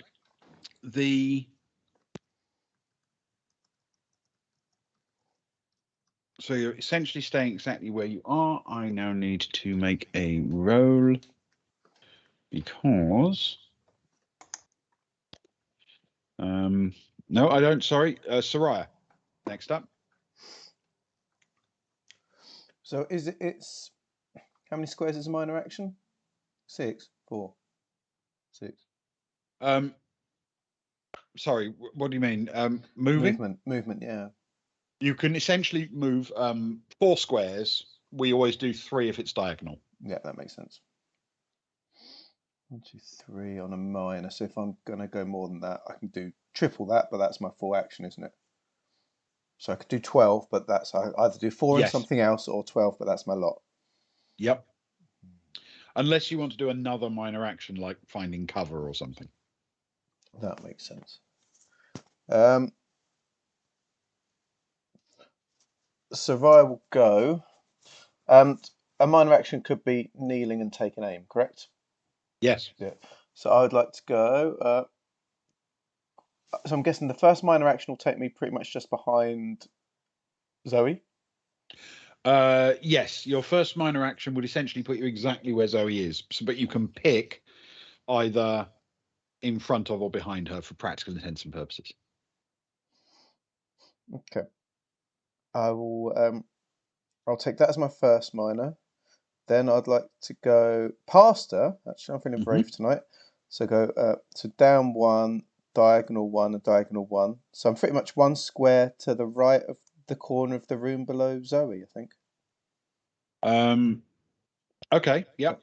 So, and then in essence, I want to get low. If I'm right, you're going to be sort of there. Is that right? Yes. And then I want to drop down to sort of my knee and hold my very fancy looking gun up to hopefully back up Zoe's words offering Laura Frost the chance not to die today. Okay. Fair enough.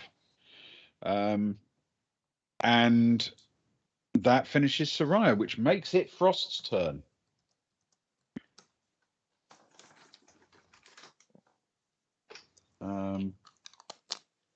Right.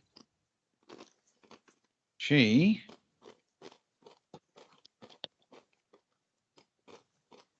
is not wild about her odds.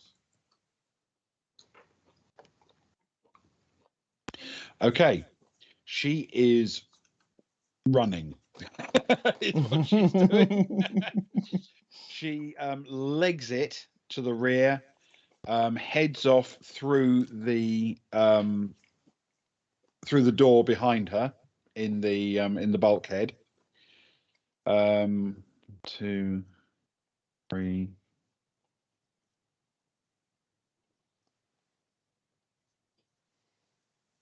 Yeah, so she will essentially disappear through that door in the bulkhead. And for this turn, I'm afraid that's all she gets to do, for fairly obvious reasons. Okay. And then we have finally, actually not technically finally, but yeah, close enough. We have poor old Rack. He's loving it. He's loving it. It's a nice day out for him. Who, being aware that there is potential action, he is also going to aim. He is going to aim at the main entrance door. Cool. Okay. That brings us to the bottom of the round. So back up to the top, and it is the remarkable Kara. We are assuming that Kara will sort of. She's gonna. I'd imagine I can get down to that door in front of Zoe, right? It'll be my turn, but I'm guessing I can get there. Yes, you can get to immediately one up from Zoe. And that's my. Okay, put me where that is. As she's running, she's gonna tell everyone. I guess we're on the clock now. Okay. All right, that's just her movement. So she still has her major action if she wants to take it. Can I take my next action to go to the door to the south of Zoe, please?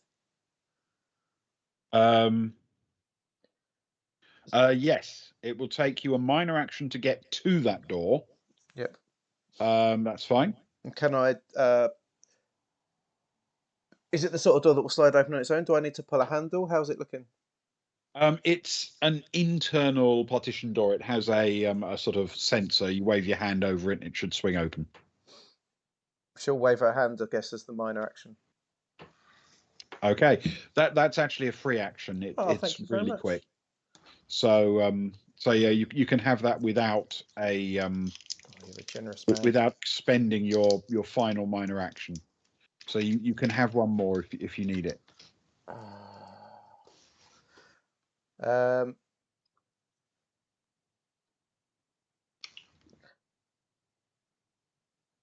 Is it empty inside there? That little section, from what she can see, as the side's open. Yes, that tiny little space seems to be completely empty of anything unusual. It's effectively the ship's locker. There are a couple of vac suits in there, and first aid kit. Nothing unusual. As the last turn of this action, she's going to pull out her device and press record. And that's okay. The end of that, and that's the end of that action.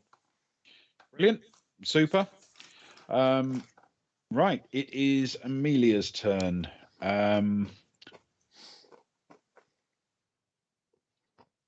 She is going to make the assumption.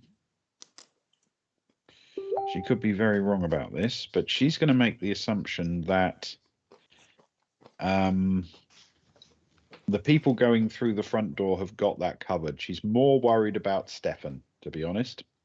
We all are. Yeah, this is a legitimate way to feel.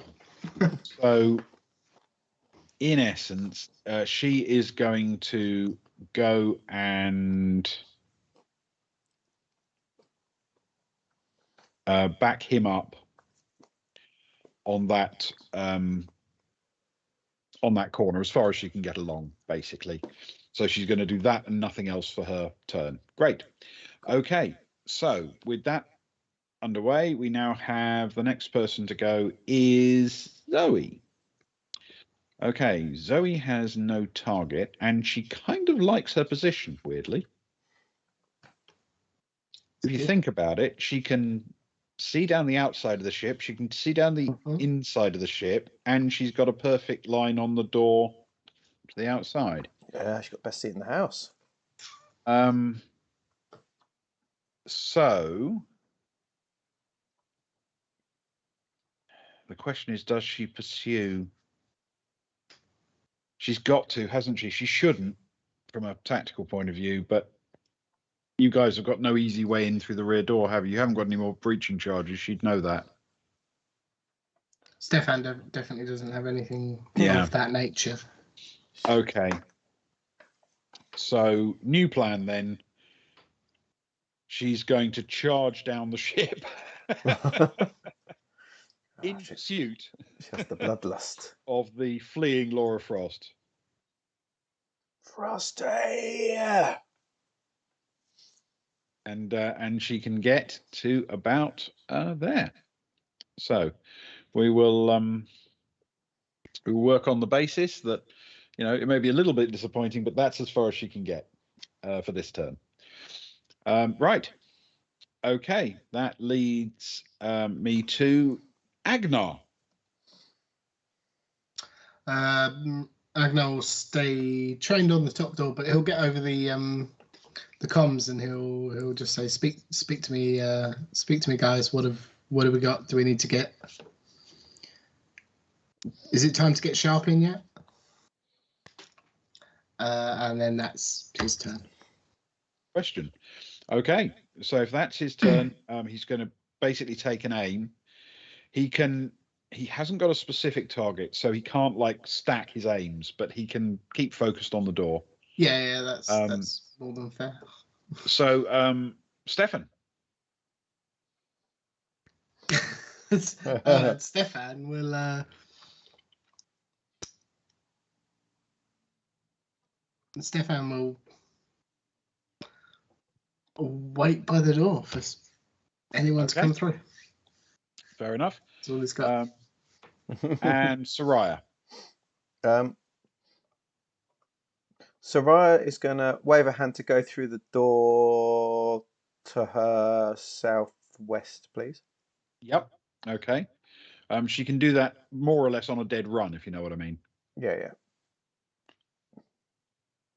So she can even make it as far as the next door to the west. Yeah, and so can she swipe that for the end of that as well?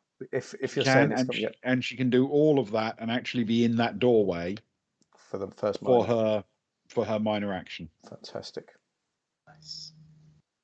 Nice, baby. So she can achieve that. What she can see inside is nothing in particular. It's the bridge for this little cutter. There are a couple of seats in there and some control consoles. The doorway through forward would lead generally to the avionics bay and the electronic systems for a small ship like this. Okay. Where they keep all the birds. That's where they keep the birds, yeah. That's why it's called avionics. As long as it's not sea bats. We don't want any more sea bats. She'll take another minor action to head across just to the south of the avionics door then, please. The door to the aviary. Yep. She doesn't want to swipe it yet, though. She's just going to... So her final minor will be that sort of take aim, be prepared to react kind of move, just in case someone lurches out. Cool. Okay. Soraya is sorted. Okay. It is time. Right. Stefan notices something. The door directly in front of him bursts open. Funny that, isn't it? And Frost emerges again, almost at a dead run. She charges into position and emerges, startled, it has to be said, to find Stefan directly in front of her.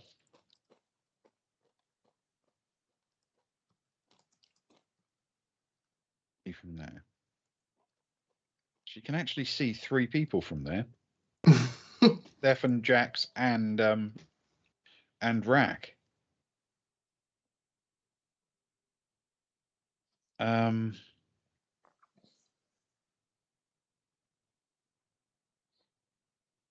Okay.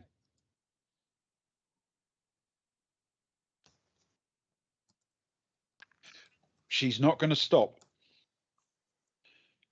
She is going to keep going. She's going to try and run past the startled Stefan and cut the corner and even try and get past Jax. How far can she get?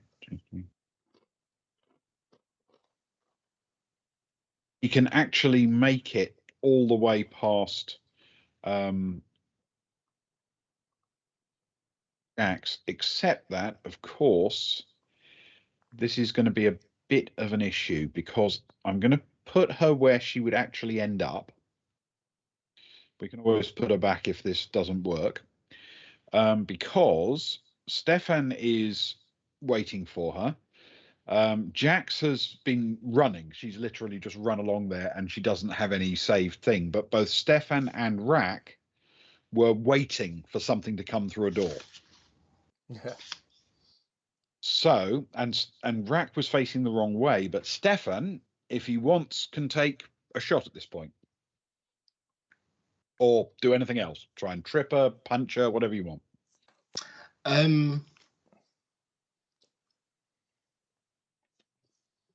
That is a very good question. as she's I suppose as she's running past him, can he attempt to use? Oh, this is horrible. Can he attempt to Philosophy use check. his? Yeah. Can he do a philosophy check, please? Why do you run? What do you run gambler? No. Can he? He'll Carouse. punch the back of one of her calves with his knuckle blasters. Oh my God! You want to kneecap her? to? Okay, yes, you can. I mean, it's going to stop her.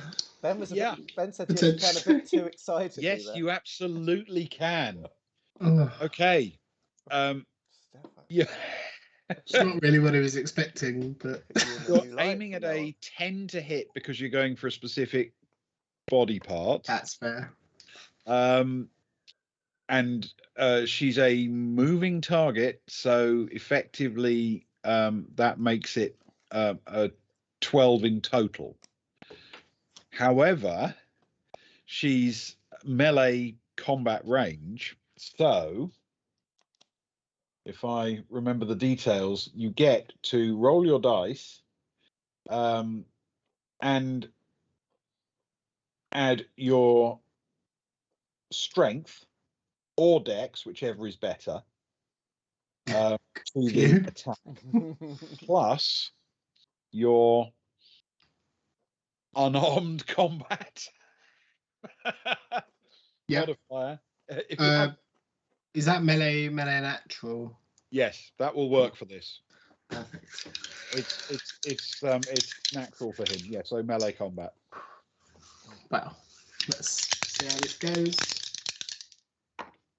Oh, that's an 8 plus 2 dexterity and 1 melee natural. An 11. Alas. Good, pretty good. I'm sorry. I mean, you get so close. It was the trying not to blow her head off that. That's what it was. So be sure. She will have felt the shock on her leg, but she struggles past. And Jax is running in the other direction, going, "Wait!" And Rack is facing the other way, going, "What's happening there, guys?" And still focusing on the door. So against all odds, she actually does make it out. Okay, fair enough. But that does unfortunately use all of her movement, and that's all she's got. So it is time for Rack. Rack can take a shot if he moves, because he'll be able to get to the point where he can take a shot at her. So he's going to.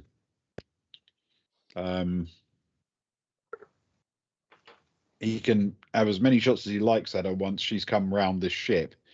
But if he moves to the south a bit, virtually speaking, then he can get down there and then he can take a shot. So he's going to do exactly that and take a punt. Okay. What's the range on this? That's going to matter for this shot. It's about...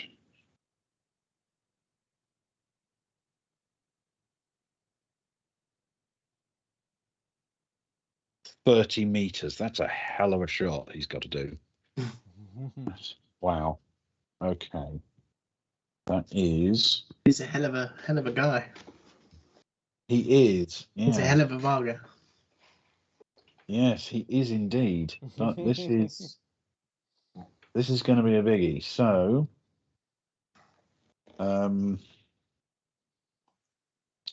that's actually not too bad.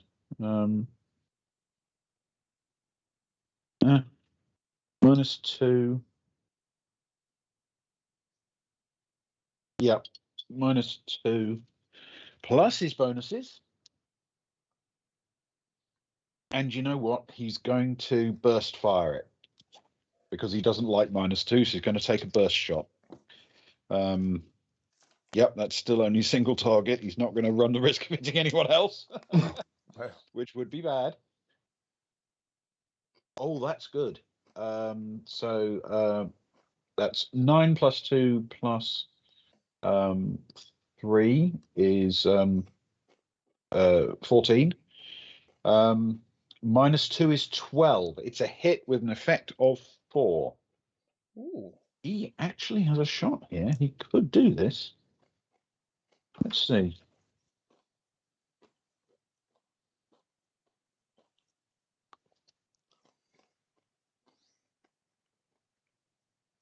$13, 17.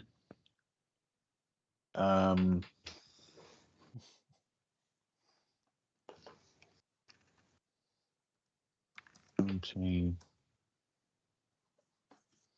Well, yeah. I mean, it's okay. It's not terrible.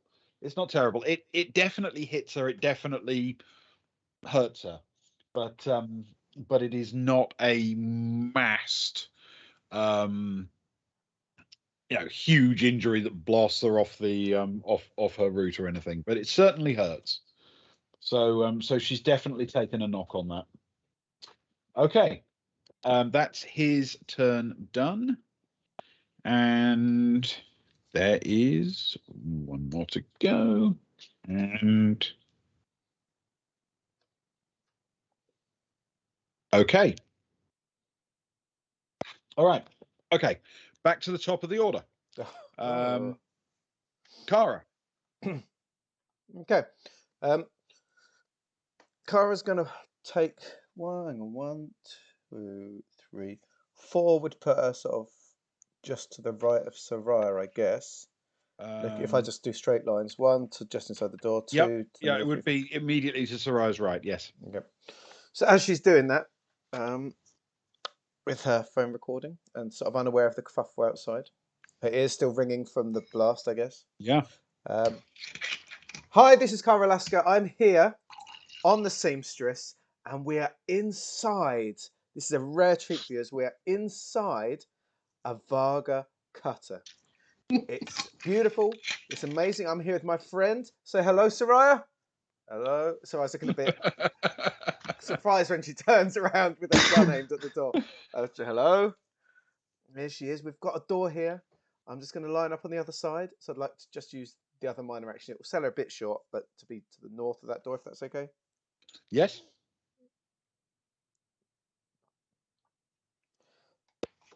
Absolutely. We're having a little poke around. We always bring the best content to you, my subscribers. Remember, subscribe, like, click that notification bell so you get all my content. She waves her hand over the panel for that door, please. Okay.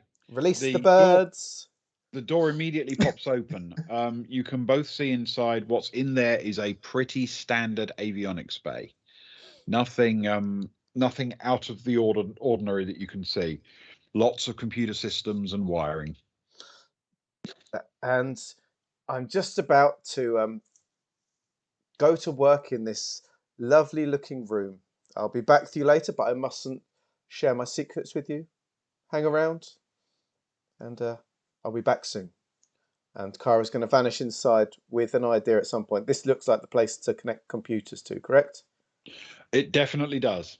Cool. So she's going to go. And you do have a little bit of movement left if you want to go in. Yes, please. I'll go in. I'll pop into it. Okay, so let's pop you sensibly into sort of the middle of the avionics bay. Great. That's Kara. Now, realistically, with Kara now, if the work I want to do is computer based, trying to get her to do it during combat is ludicrous because it's like 6 seconds worth of work at any time, right? Yep.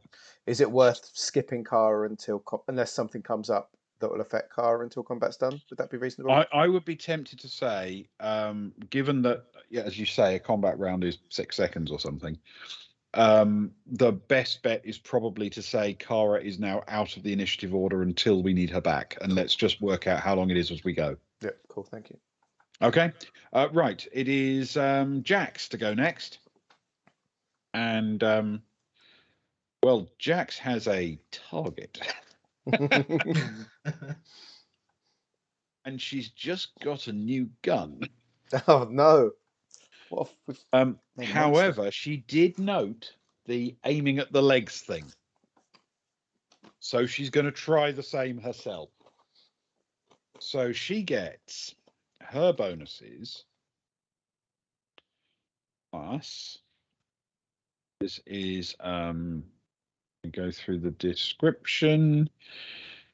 It's +1, and no, she won't get that bonus. She'll also fire a burst, but that doesn't help her to hit. Okay, so let's try this. She's going to aim for the legs, but burst. Okay, so she rolls. This is a 10. Oh, that's terrible. 5, 6, 7, 8, 9 total. So that, well, to be fair, it was a lousy roll. That's why. but yes, I'm afraid she clean misses. It's impressive though. The Gauss weapon fires rapidly, and there's an enormous puff and burst of stuff that is completely ignored, and nobody notices. But it's all enthusiasm. She does still have the ability to move or something if she wants to.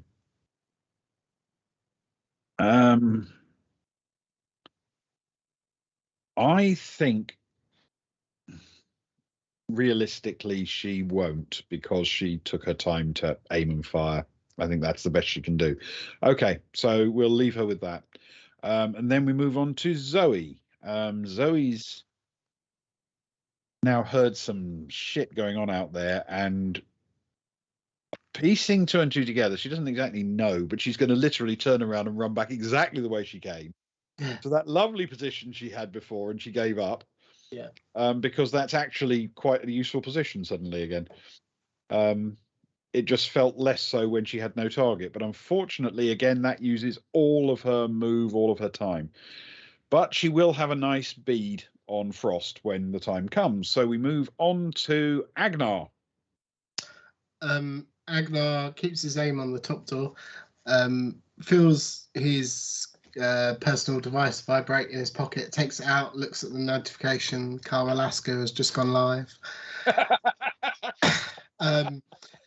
Gets back on the comms and says, by the gods, guys, I'm all for a bit of hazing and, ignoring or not answering somebody, but do I need to get hold of Sharp? Kara, I just saw you went live. Answer my question. And that's probably his turn. Okay. All right. Yes. I don't think we've ever had a combat in any game we've ever done where someone decided to live blog it. That is truly remarkable. Okay. Stefan.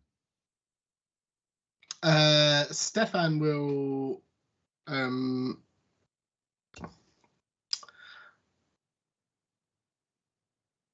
pull out his laser pistol. Yep, minor action. And take a shot for the legs. Okay, you've got to hit a 10 to do that. 1, 2, 3. That's it'll be a straight roll for a 10 with his bonuses. So Dex plus his energy weapons. Yeah. Cool. Ooh, that's good. That's a 9 plus 4. Okay, that is a hit with an effect of 3. Did I imagine that? No, 3. Okay, roll for damage, please. Wonderful. So it's 3d plus 3 plus 3. Yes, 3d plus 3 plus 3. Yes, so 3d plus 6. That's maths, that is. It is indeed. That's a 14 plus 6 is a 20. Is a 20. Okay. It is a solid hit, and it's enough to bring her to the ground. It's a proper hit in the right area. It has properly hurt her. She is down finally. As she does, she screams out, "No!" And you can actually see she's still trying to crawl away from the ship. That's harsh. Okay, that's Stefan's go. He's certainly not interested in military organisation and talking to Agnar whilst all this is going on. So it is Soraya.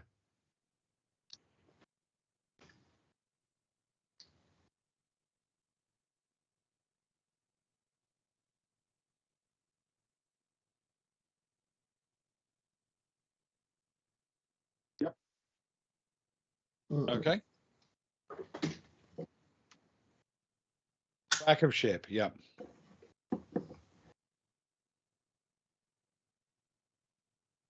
Well, yes, it's a relatively substantial cutter. Sorry, but that's just the size of the ship. Size of ship.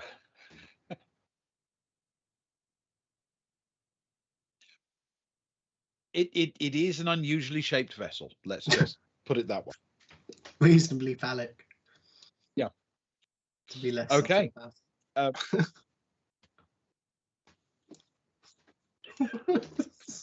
I feel that would be more likely to get banned. Luke, apparently you've knocked your sound off in OBS. I'm back on. How long was I off? Did you hear me talking about the reasonably phallic vessel? That's not what we want to miss out on. Sorry. I think I must have turned it off when I was eating a crisp. I didn't want to upset anyone. I'm back now, though. I should be back. I clicked something. Sorry, everyone. No? Oh, my microphone's gone dead. Still nothing? I'm flashing up on the thing. I can hear you. So it's not it's not the technicals. It's your OBS stream. You've turned OBS? your Oh, they can hear now. There we go. Okay, it's just a bit of a delay. Okay. Reasonably phallic vessel. Did you get that? That's important. Yeah. Well, they got it now because you've said it 11 times. Okay. I'm getting us demonetized. It is actually how it's like your version of 1212 now is reasonably phallic vessel. Just keep saying it until people hear you. It covers all the mouth. It covers all the mouth sounds, though. It covers a lot of bases. There is that a lot of bases. Yeah. Yeah, that's absolutely true. Right. That is Soraya done. So with Soraya done, it is time for Frost. Frosty. Frost turns pleading eyes towards Jax and Stefan. And she yells out, "Get me out of here, please."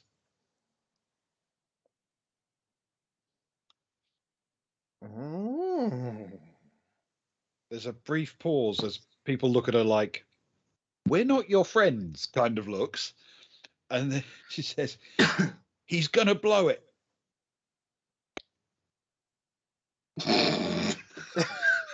not the reasonably, not the phallic vessel. Apparently, there may be some form of explosion coming from the reasonably phallic vessel. Oh no! Unfortunately, it's a long old time before either Agnar or Stefan get a go.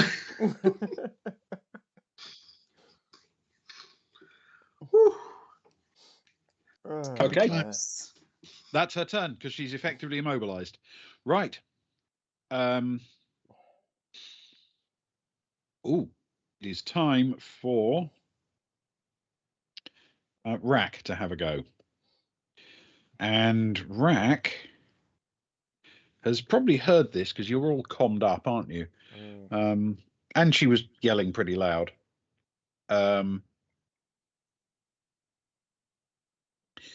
He's just going to yell, "Get out, get out, get out," to everybody over the comm system. Good old Rack.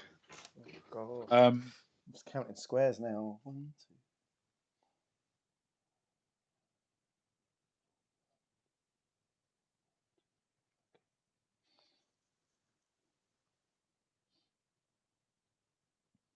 2. All right. Who's next? That's what shouting. That is the bottom of the turn, so it is Kara. Right. If this is I know she's busy doing other things, but when someone shouts, "It's going to blow, get out," that's enough to stop you in your tracks, isn't it? Really. We can always enter if it doesn't blow fully. So right for so I can go 1, 2, 3, 4. Then I can go 1, 2, 3, 4, which takes me in the doorway of the rectangle below Zoe. Then I can go 1, 2, 3, 4, which puts me a square above Zoe, if you trust me. That's what I make it. Yep, you can move to literally 1 above where Zoe is. Thank you very much. Okay, and we then have Jax to go next.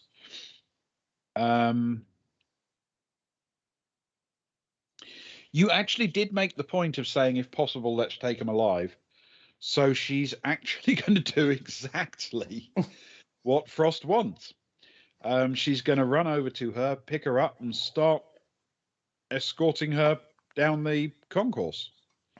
So what we're going to do with that is effectively 1, 2, 3 minor action to pick her up and help her.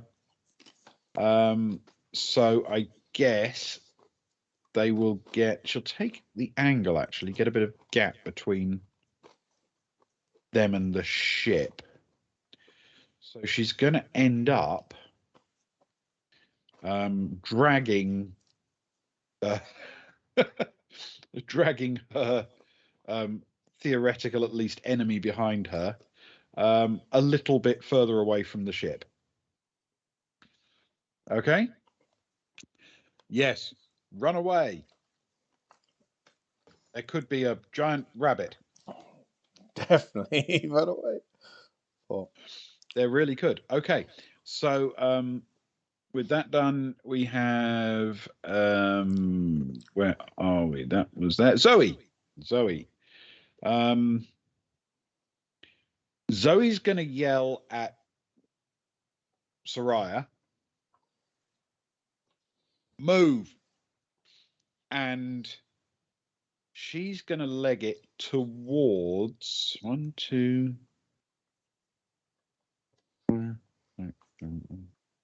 She's going to get to about there, I think.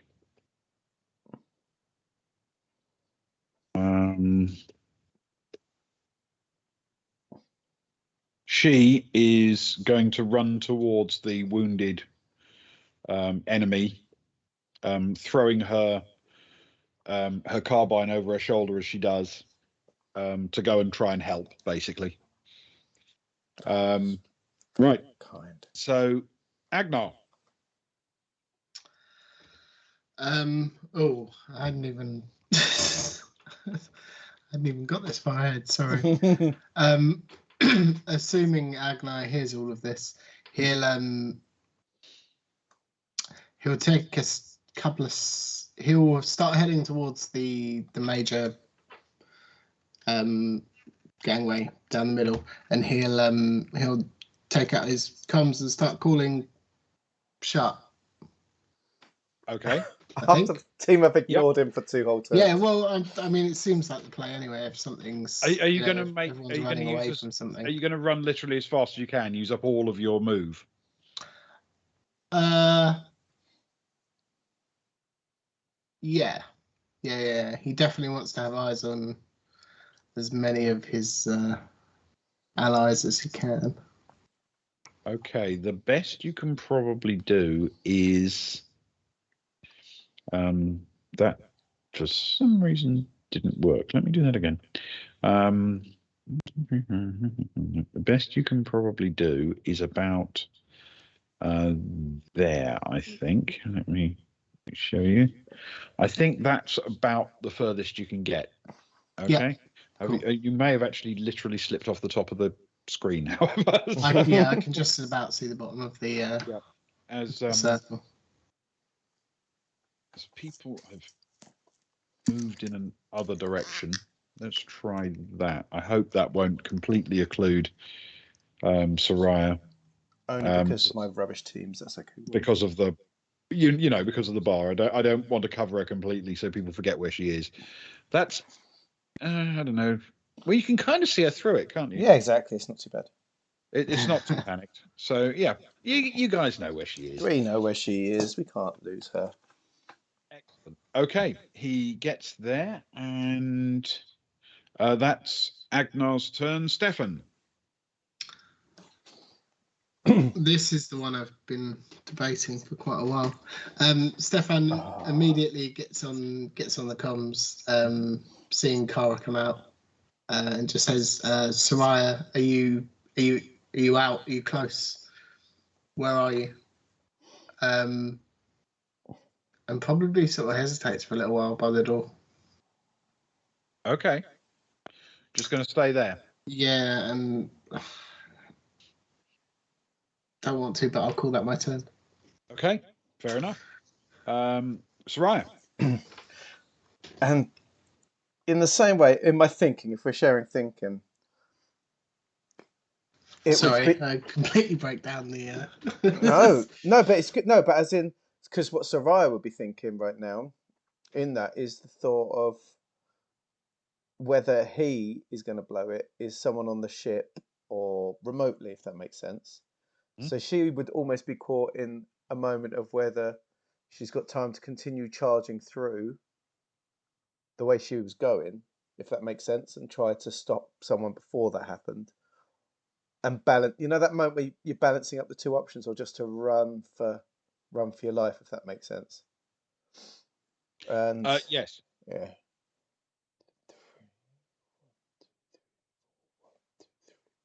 If I went left, I could be literally in the doorway on the way out. Three diagonally left, and then four right, and 4 left, and 4 left again. 1, 2, 3, 4, 1, 2, 3, 4. And the problem is, even if I did all 12 to the right, I wouldn't be in that door, so I wouldn't be any the wiser, and it'd take me an extra turn. But I still, she'll follow Kara. She'll be right on Kara's tail, please. It's a frustrating. I want to go right, but I have no idea what your timer is on this. Okay. So you want to head basically after Kara as far as you can. Yeah, which is, I think it's the square below her, if I worked it out correctly. Yeah, I think you're right. That's what I essentially make it. Okay. Brilliant stuff.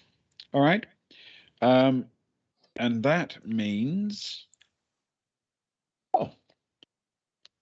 it is time for our wounded enemy to have a turn. And she, can't really do very much. She's being helped. So I guess she'll try and help a bit, but she can't move on her own steam. Her legs have been, wrecked.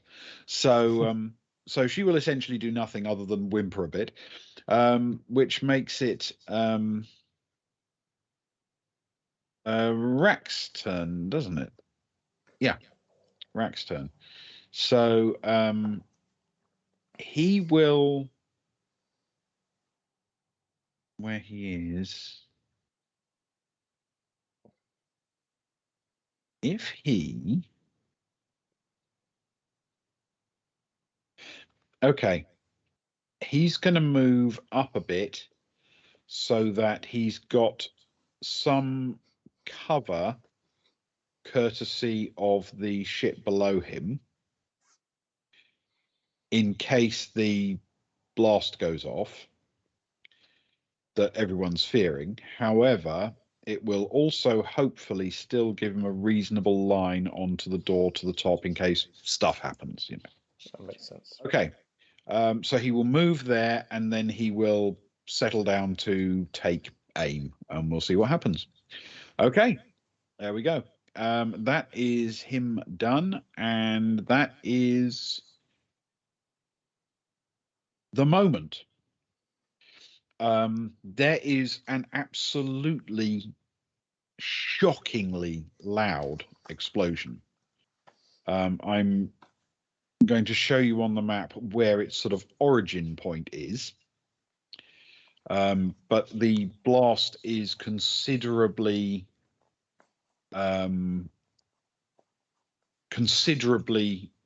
larger than that. So 1, 2, 3, 4, 5. The only person theoretically caught in the blast is Stefan. And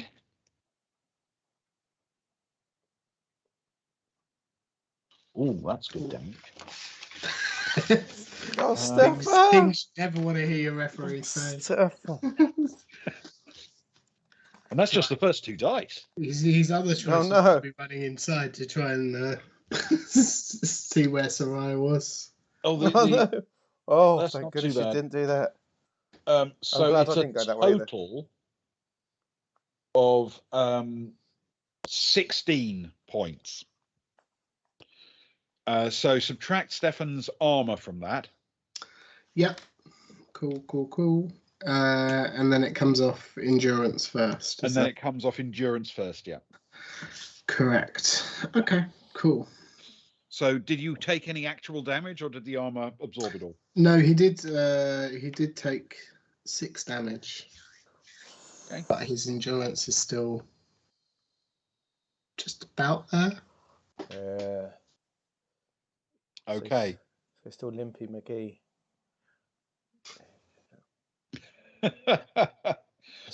Superb. As it Okay. explodes, Soraya will sort of yell, Stefan! Slow motion. Sort of slow motion as he's sort of thrown backwards, I guess. Soraya, you would definitely feel the blast wave as it sort of rocketed down the ship, but you're outside the immediate damage area. Yeah. And actually, 2, 3, 4, 5. Actually, Stefan isn't the only one caught in it. Oh. Hold on a second. There are 2 more people caught in it. They're just to the caught north. at the outside edge of it. That's only the 2D range. Okay, no, that's fine. That's absorbed. It's a hit, but Jax brushes it off with her armor. I'll tell you what, Ben. There's people coming to Stefan's protection if it's needed. We've had 2 boons rolling in on Stefan. Yeah, boons Really? all over the place. Well, it's worth pointing out that he might get the benefit of one immediately if he gets some first aid from Agnar.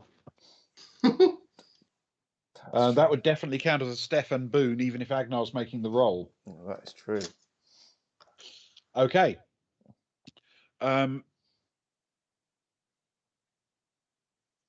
rear of the ship is absolutely wrecked. There are holes torn in the rear. The damage does continue forward, but you stagger away, wounded but intact. Does Agnar want? We're effectively coming out of combat now. Does Agnar want to try and do first aid? And if so, does he want to expend one of his medkits? Yeah, I mean, if he hears an explosion, he'll certainly head towards the ship and make sure everyone's all right, and try to tend towards people. I feel bad because it's my own character, but no, I'm going to do it. He is. Stefan is the only person who's actually been injured.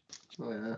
Well, actually, that's not true. You've also managed to repeatedly injure Frost, yeah. But not with the explosion. Yeah. So yeah, he'll run back and he'll see to crew first, and once he's happy with that, I suppose he'll double check Frost and just make sure she's not bleeding out or okay. So if you would like to make a medic roll for Stefan first.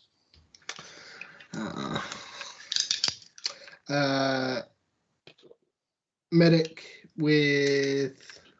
You can make a medic check with education. Wonderful.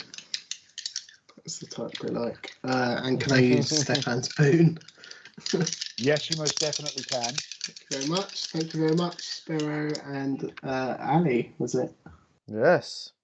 I lost track. Sorry, in my medic plus education, and you can use a med kit if you want. Yeah, he will use a.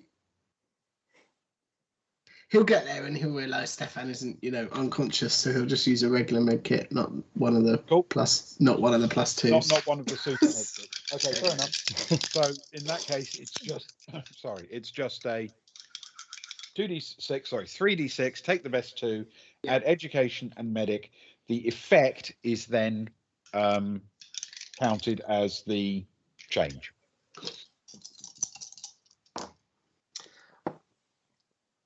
Well, that boon was pretty good because I rolled 2 6s and the 2.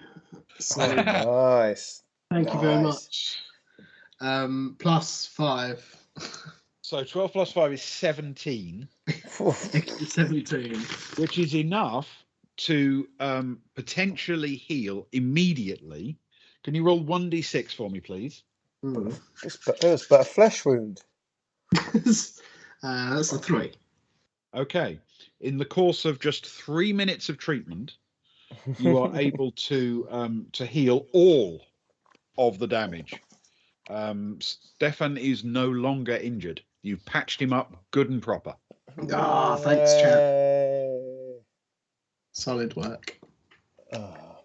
Not only that, because it's 3 minutes, you get to have a medic roll on the wounded Frost as well, if you'd like it. Yeah, I mean, he doesn't want to make it like she can run away, but he'll make sure that she's stable, I guess. Okay. So 2d6 plus your medic roll, and see what happens. Cool. Plus edu as well. Yeah, perfect. He won't use a med kit on this one, I guess. Can I do it without a med kit? You need some form of med kit. Okay, but, that's fine. I'll cross one off. To be fair, under the circumstances, the damage that Stefan received is not the same thing. It's not the same kind of injury. So I'm guessing you could probably use the same disposable med kit for both of them. Well, that was very kind of you, Ben. just wipe that syringe off on your sleeve. Yeah. Kind of makes sense. That's a 5 plus 5 is a 10. Is a 10. Okay. It's not enough to heal her up, but it helps stabilize her a bit. Can you roll 1d6 for me, please? Yeah. That's a 6. Okay, it takes a bit longer. She's a bit more seriously wounded, and you fanny about a bit, but you do manage to get it together.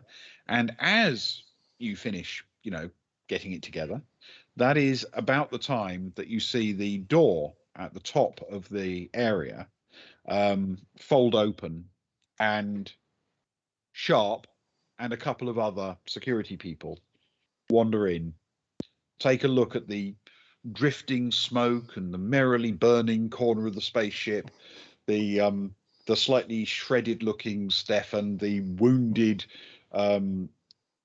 Frost being sort of dragged by a couple of people down the corridor as she moans and whimpers in pain, and Sharp looks back and forth across the lot of you as a group, and then turns and looks at Amelia Jax, nods at Jax nods back, and then Sharp says, "Figures," and waves her people forward to, check that the ship's not going to blow up again or do anything catastrophic in the immediate future. And you are able to move your people away, as also the security people take possession of Frost.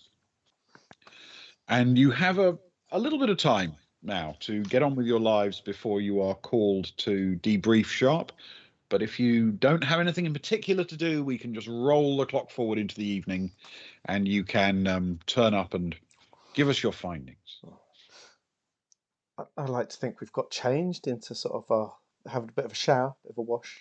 Yeah, that's exactly the kind of thing I assume you would do. Drop off the weapons that we're not supposed to be carrying around on the ship, back at our ship. Exactly. Time to get we'll be high up on Agnar's agenda. Making sure we book that. Jax has to sign that piece of paper that Sarai made her tick off to make sure the weapon comes back. Maybe Indeed. Counts back the extra bit of ammo that she tried to hide on her body. And, yeah, well, she wasn't using the special ammo. So. No, so that's okay. Before we go, as we're preparing ourselves and cleaning up, I suppose Stefan will just quickly knock on Sarai's door. But they're the same room, but I guess that's yeah. Well, he'll be waiting outside while she's getting ready. He's of course, hanging around inside. Yeah. She pings the door open, and she's got she's got a gear on. Her hair's still wet. She's sort of brushing it. Hey, Stefan. Hey, you know, I was only, I was only joking about that bet. You know, it's not the serious stuff. It didn't bother me at the time, and it doesn't bother me now. I think maybe perspective was missing at the time. Sure. I'm glad you got out. Soraya smiles and throws her arms around his neck in a hug, and whispers into his ear, "You're an idiot." And says, "But thank you for waiting for me." He'll sort of nod agreeingly. Anyway, I'm pouring some drinks. I think do you want one? Well, I've heard there's no alcohol there tonight, so I'll have one down. Have one down now. I'll find some drinks and some cheesy balls. Ah, Wander back up. you know the way to a woman's heart. Cheesy balls. Yeah. Cheesy balls. Yeah. Cool. Okay. So you guys get ready, and in your own time, you know, it takes a little while for you to get comfortable, and you've got a few hours to relax. You make your way forward to the security office. A chastened but intact and not horribly wounded Frost is in the room. Freya Kranev is in the room, and so is Alma Kennedy, having just come off the pitch at the end of the day. The security officers, Cathedral and Sharp, are both there.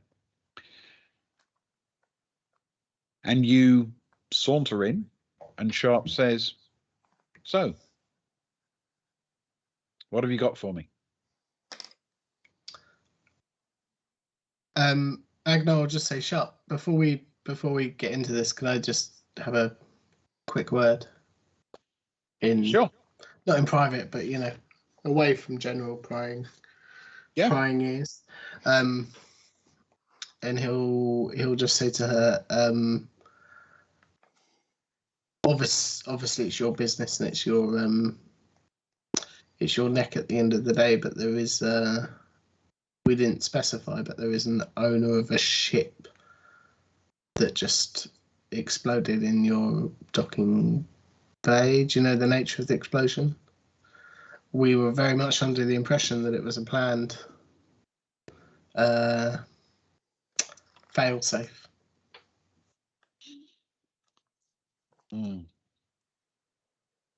Is it worth having them here? It's your neck. I don't know to what you could be possibly referring. Understood. But I am sorry. Oh no, it's fine. It's all in a day's work for us. And he'll wander off back out into the room and open it back up again, I guess. Okay. So, who wants to tell me what the hell happened to Brett Sager?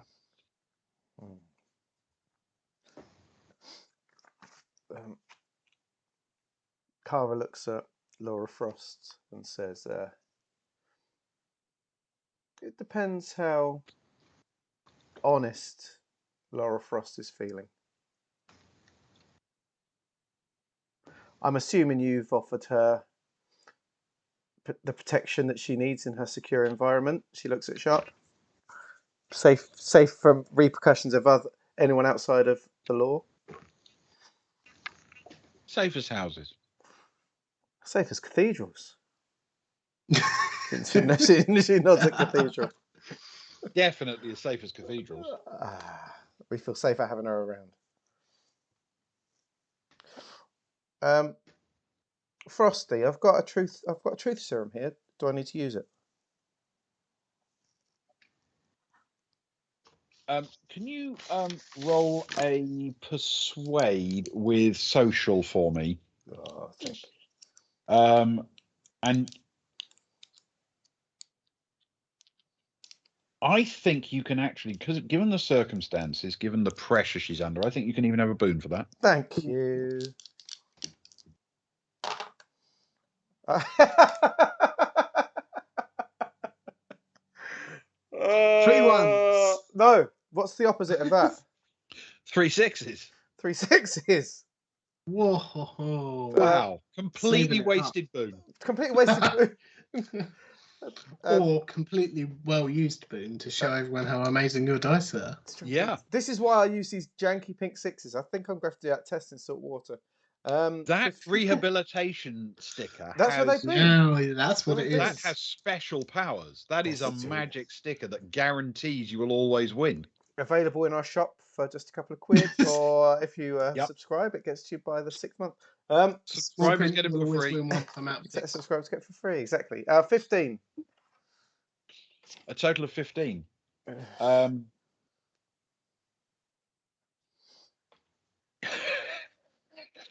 I mean, I was willing to give you all of the benefits and make it just a really tough mark to hit.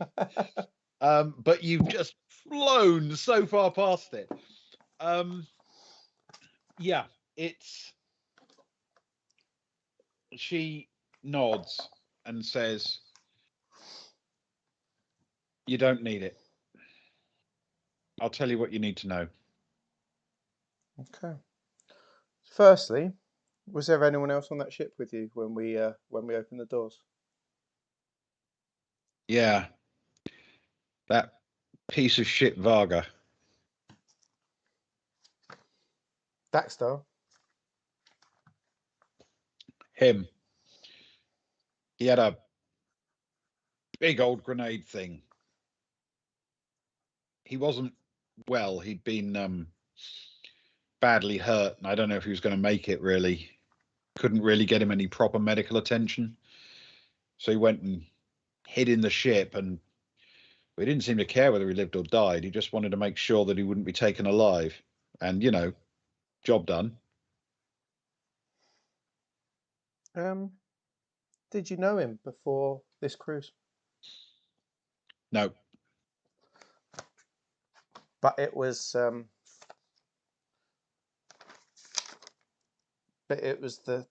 Tarak. Is it clan in Varga? Family. Family. But it was the Tarak family that I guess brought you together.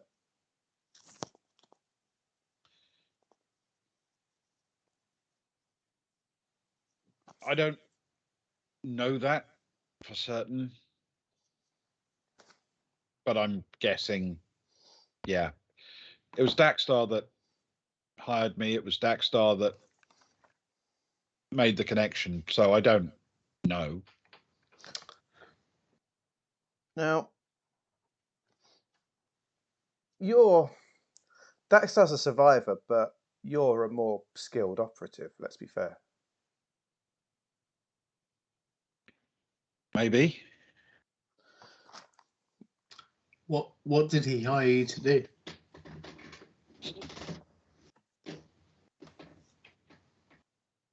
I was supposed to make sure there was an opportunity for him to get a personal loan to have a quiet word with them. And then, you know, things got accelerated. And suddenly I was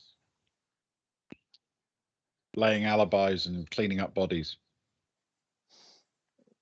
Yes, we saw your handiwork when it came to clearing up. You see, we visited that body before and after you were in there. We were in that room with that body literally half an hour before you, and we returned an hour after you'd gone, and it was utterly different. You work fast.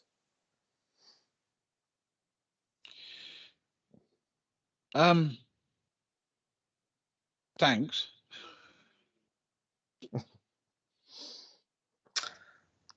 Agnar will chime in and just say, how the hell did you get everybody on the ship's DNA? It's not everybody on the ship. It's a neat bit of tech, isn't it? It's completely random DNA fragments. So it does match everybody on the ship, but it would also match everybody on any ship. See, that can't be cheap. Blank slate. That can't be cheap. The weapons in your room, yeah, that was us. They can't be cheap either. It's a lot of money there. A lot of money for a simple geologist.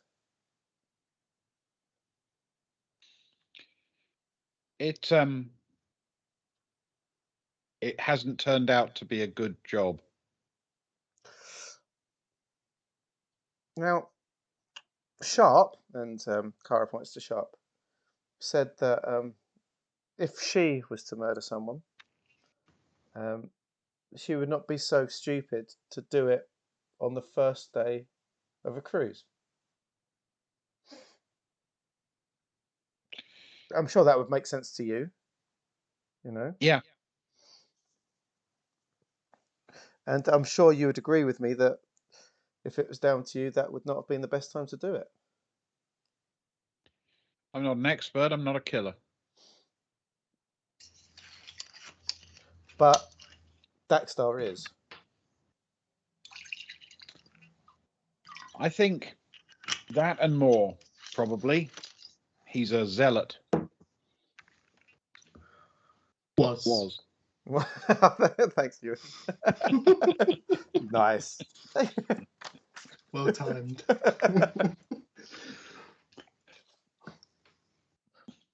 Now, what surprises me,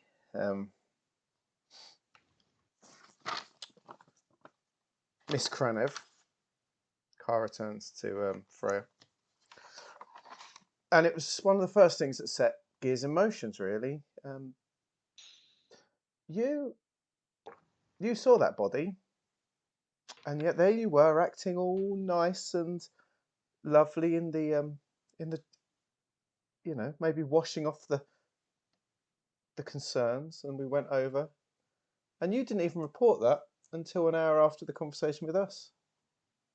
Now, if I was someone that was truly concerned for my co-worker, my colleague, who I was going to spend the next 8 years with, someone who, not best friends, but I've worked with before on that cruise together, I wouldn't have waited until I was prompted and then waited another hour after that if I'd seen that grisly death. Unless I was trying to either cover it up or was just going to check that the deed had been done. Can you roll a persuade with social for me, please? Okay. While you're doing that, Cathedral's, pouring drinks and handing out your various snacks and brunch sandwiches to everybody. Lovely. Oh, that's what we need. It's still high again. A bit embarrassing. 9 plus 2 persuade and 1 social, so 12 again. Oof. Okay. A 12. Can you please? I need you to check. I need you to all of the PCs roll a streetwise check for me with intellect. Sure, I was with intellect.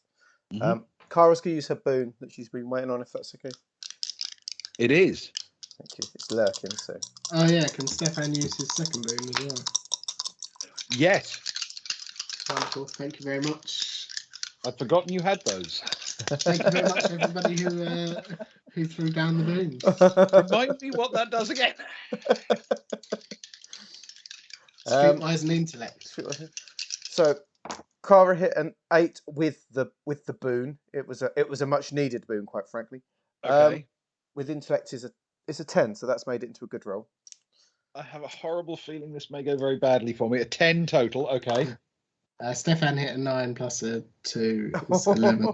An 11. Okay. Sarai hit 6. Sarai's enjoying brunch, quite Sarai's frankly. a 6. I shall roll now, which is not a kind roll. That's a 5 minus 3. So 2. Okay. So 11 is the top one. Yep. Oh, holy crap. That's Oh, God. Chat are the best. I just like to You're think in that Agnar was just like staring at the alcohol-free mimosa, wondering why it didn't taste quite right, and wasn't even paying attention to what was going on. Yeah, or mid brunch baguette. So was that Cara who rolled the 11? Stefan. Oh, Stefan. I'm sorry. Cara got a 10, though. Cara got 10, Yeah. Just... Okay. Stefan, who's a sneaky bugger, and I.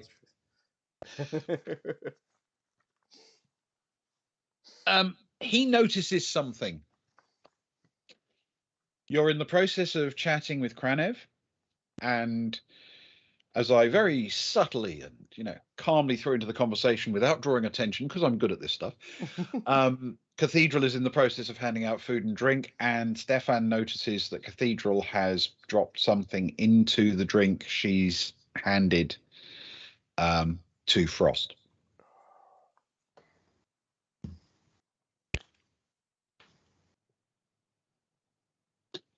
Cathedral to Frost. Cathedral has dropped something into the drink. Yeah. If she's handing out drinks to everybody, and the one she's just handing to Frost, she's put something in the drink. It could be anything. Because Stefan, he'll go with his gut instinct, and he'll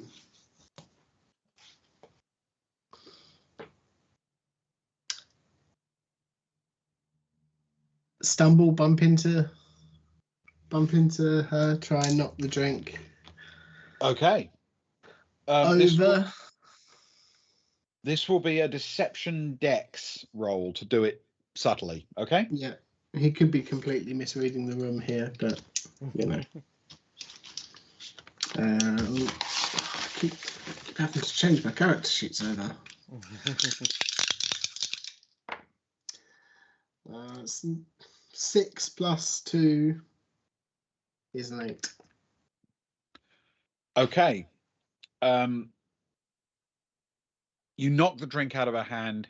It goes flying onto the floor. It's reasonably subtle. Most people probably would just think it's clumsiness. But of course, Cathedral has information that the others do not. She knows that there might be a reason behind your clumsiness. And as you sort of watch, she raises her glass to the room and drains it. And then just begins to smile. And as she smiles, little twitches of muscle all over her body. And she lets out a horrible gasping sound. And it really does drag the attention of the room as she falls twitching to the ground. Sharp immediately calls for medics, but it's pretty obvious it's not going to help. She is dead in seconds.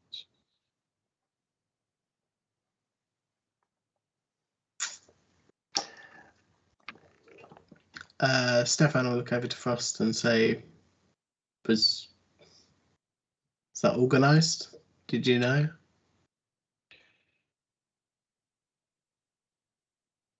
No.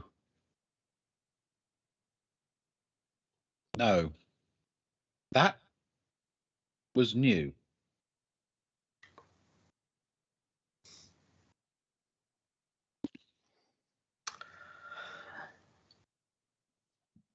Well, let me get you another alcohol-free mimosa. We'll walk up to the table and pour some orange juice. She looks across and goes, "I'm good. I'm fine. Not remotely thirsty."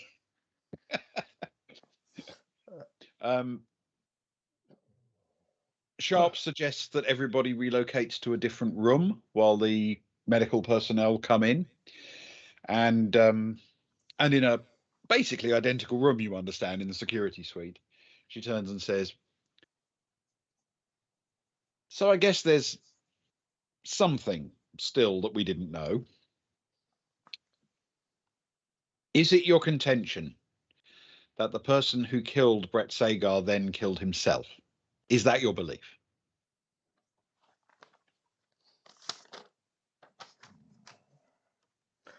Oh.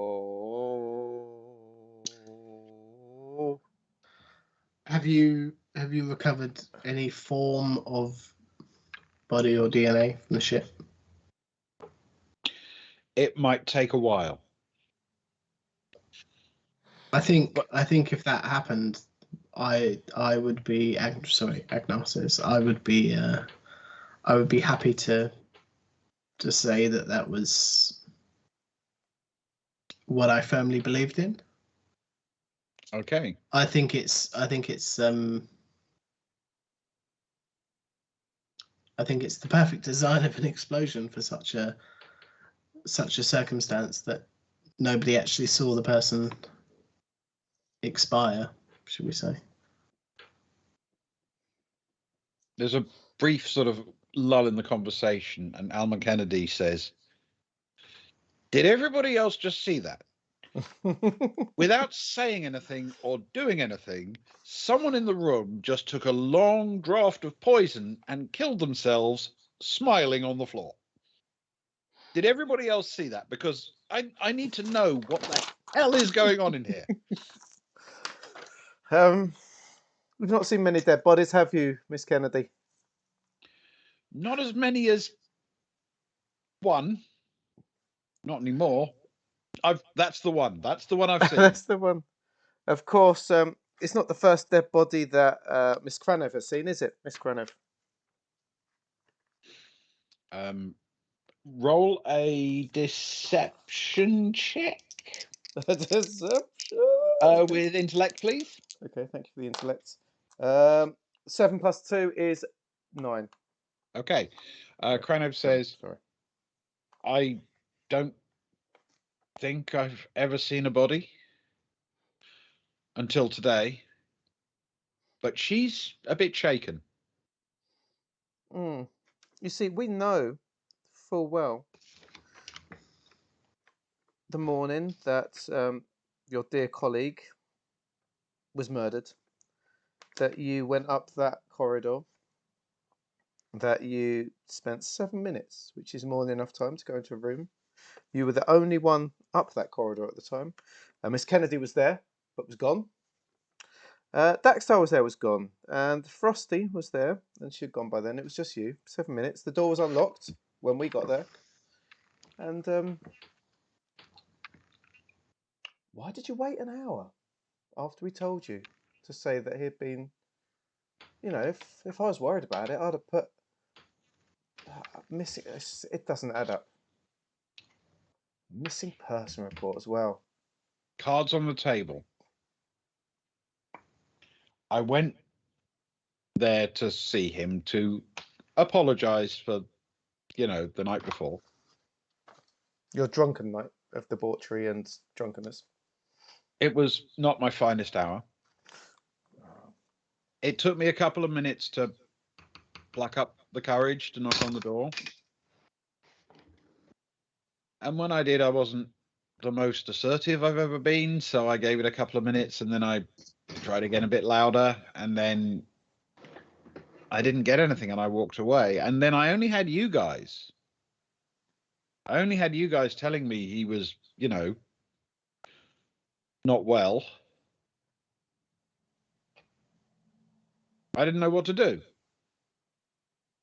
So after you left, I thought about it, and I thought, I'll call security, And I knew you guys were telling me horrible, horrible things, but I didn't know if you were telling me the truth, so I just told them I was worried about him and he was missing. You could understand that, right?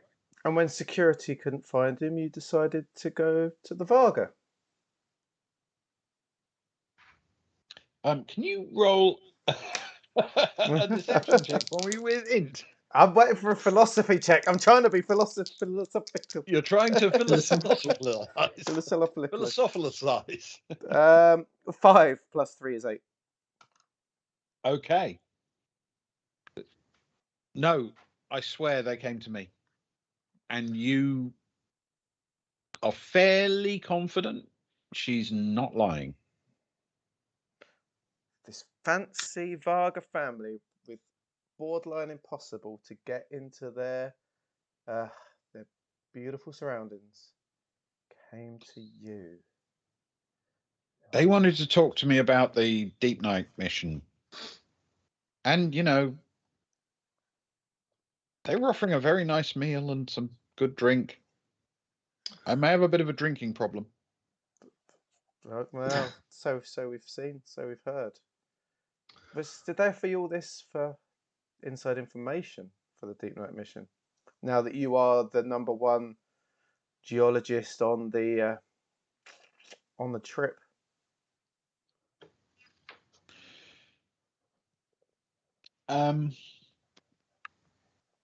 Persuade plus int, please. And I would also like Stefan to make a streetwise plus int, please. Yes, the wingman. I like it. Can at this point Stefan will actually say, well, the thing that gets me is, 7 minutes is a long time to wait just hanging around. I was waiting for brunch earlier today at the bar, and it took them about 2 minutes for someone to serve me, but it felt like 20. When you're waiting doing nothing.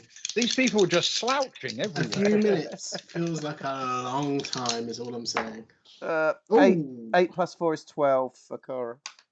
Streetwise plus int, that's a 12. Oh, plus, wow. Plus 2.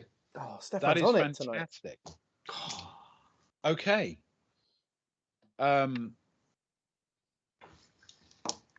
She says, I know you guys wanted to talk about the carvings.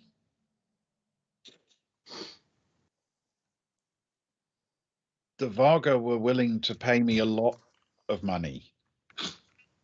I mean, a lot. To drop out of the expedition as it left known space.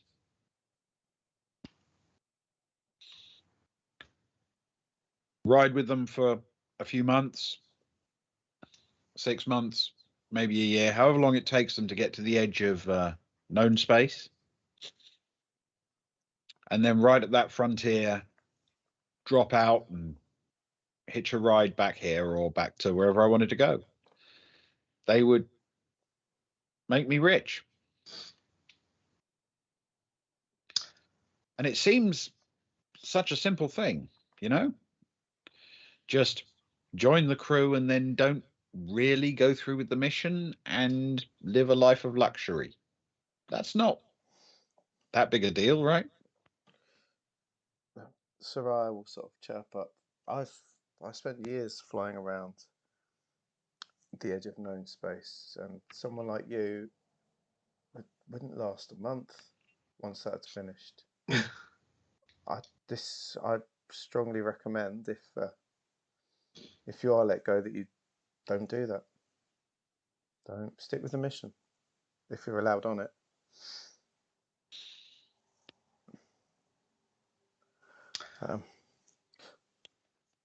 Okay. Yeah. And at that point, Frost says, she nods. She's kind of just reconstructed things in her brain. And she nods at Stefan.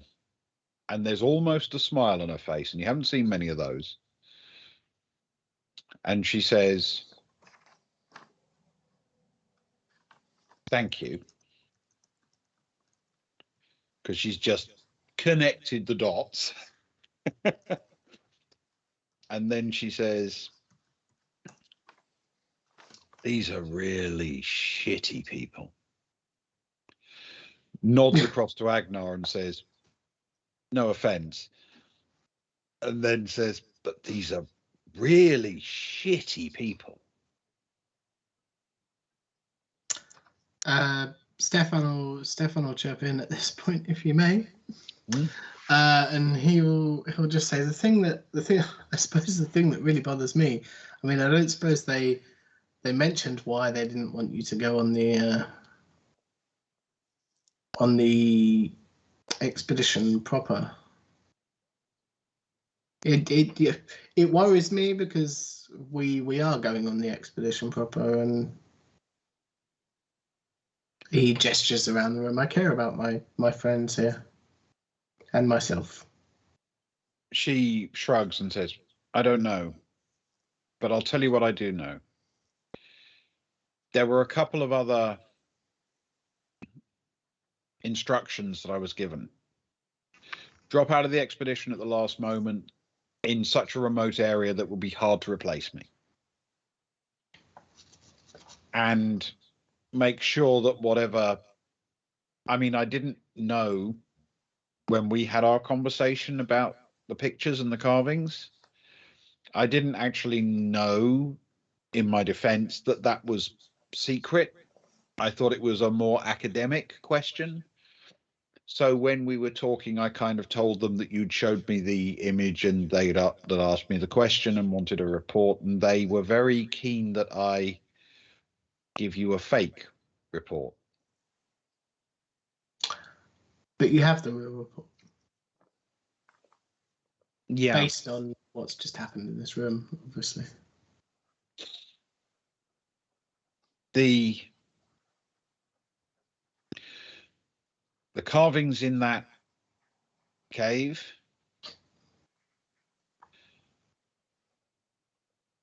they're really quite uncommon, and almost all such carvings you find deep in Zodani space. And there are those who believe that the places where those carvings exist are also the places where the ancients seeded psionics. And it's possible that the Varga think, or this particular Varga thinks they are related to psionics. But I don't know. I'm just guessing they don't want me or anyone who could identify such things to be on the deep night trip in case they find something really, really interesting. And while they asked you to join them, maybe they took a more direct route to ensure that your colleague was not on that mission. She looks a little bit startled and then says, he was the expert on carvings in Zodani space that you would find on the Imperium side.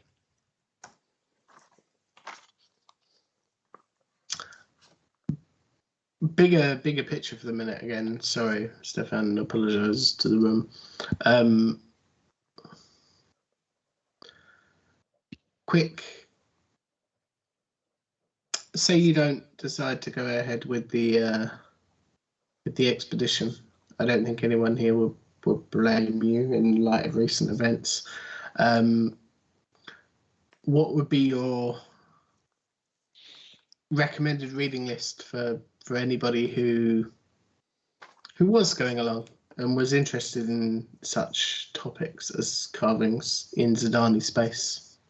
If you want to know about those, can you jot us? You'd want to talk to Zodani. The kind of stuff that Sagar, it was his particular interest, the kind of stuff he did. The reason he is the Imperial expert is because, well, you know, the Zodani haven't always been all that friendly, and it hasn't been easy for our academics to get access to that stuff, and you'd really need a Zodani expert to equal what he knew. Maybe. That's all I can tell you, because it's not really my sub-speciality. Sure. But his work would hold some kind of fruitful, potentially. Is a good place to start. Yeah, it would be worth a look. And for what it's worth, I'm perfectly happy to give you all of the information I had from our shared preparation stuff for the Deep Night mission, which includes an awful lot of his research. How it's a bit vulgar of me to ask, but how much were they going to pay you to not go? They were going to pay me 70 meg to drop out of the mission. That's a lot of money. And up until about one dead body ago, I was very excited to take it. And now I'm starting to think that getting on the Deep Night and traveling as far away from these people as humanly possible might actually be a better deal. How about a much more modest sum and you travel on the Baltic Star with us as part of the Deep Night exploration?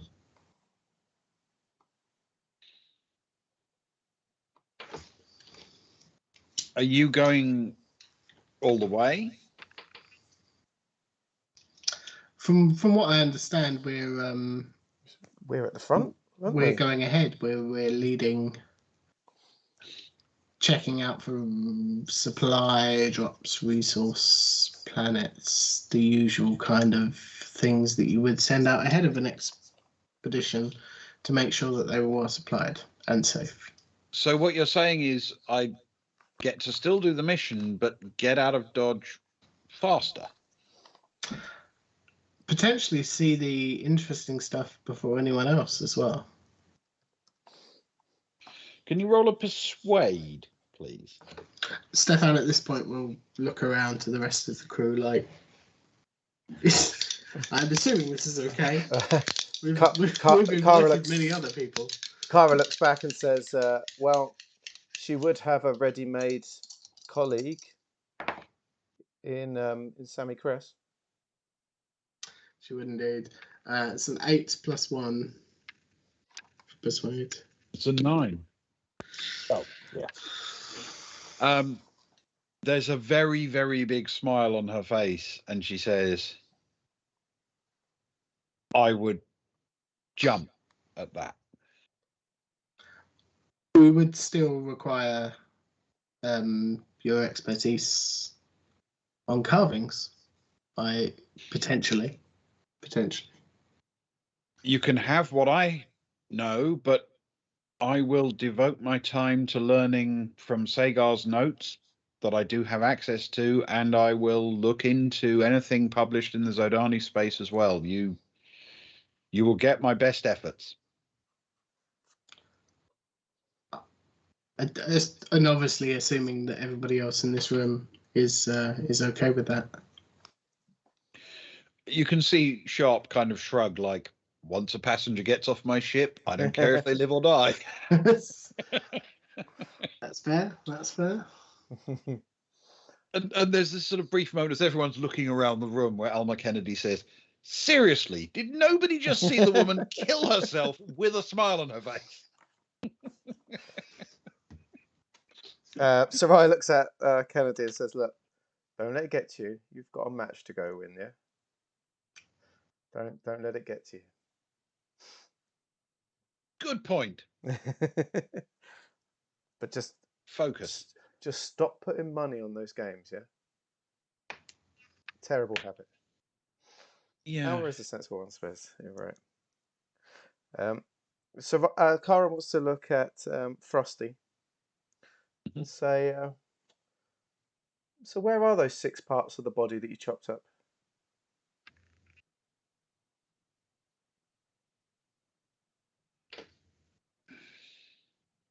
Look,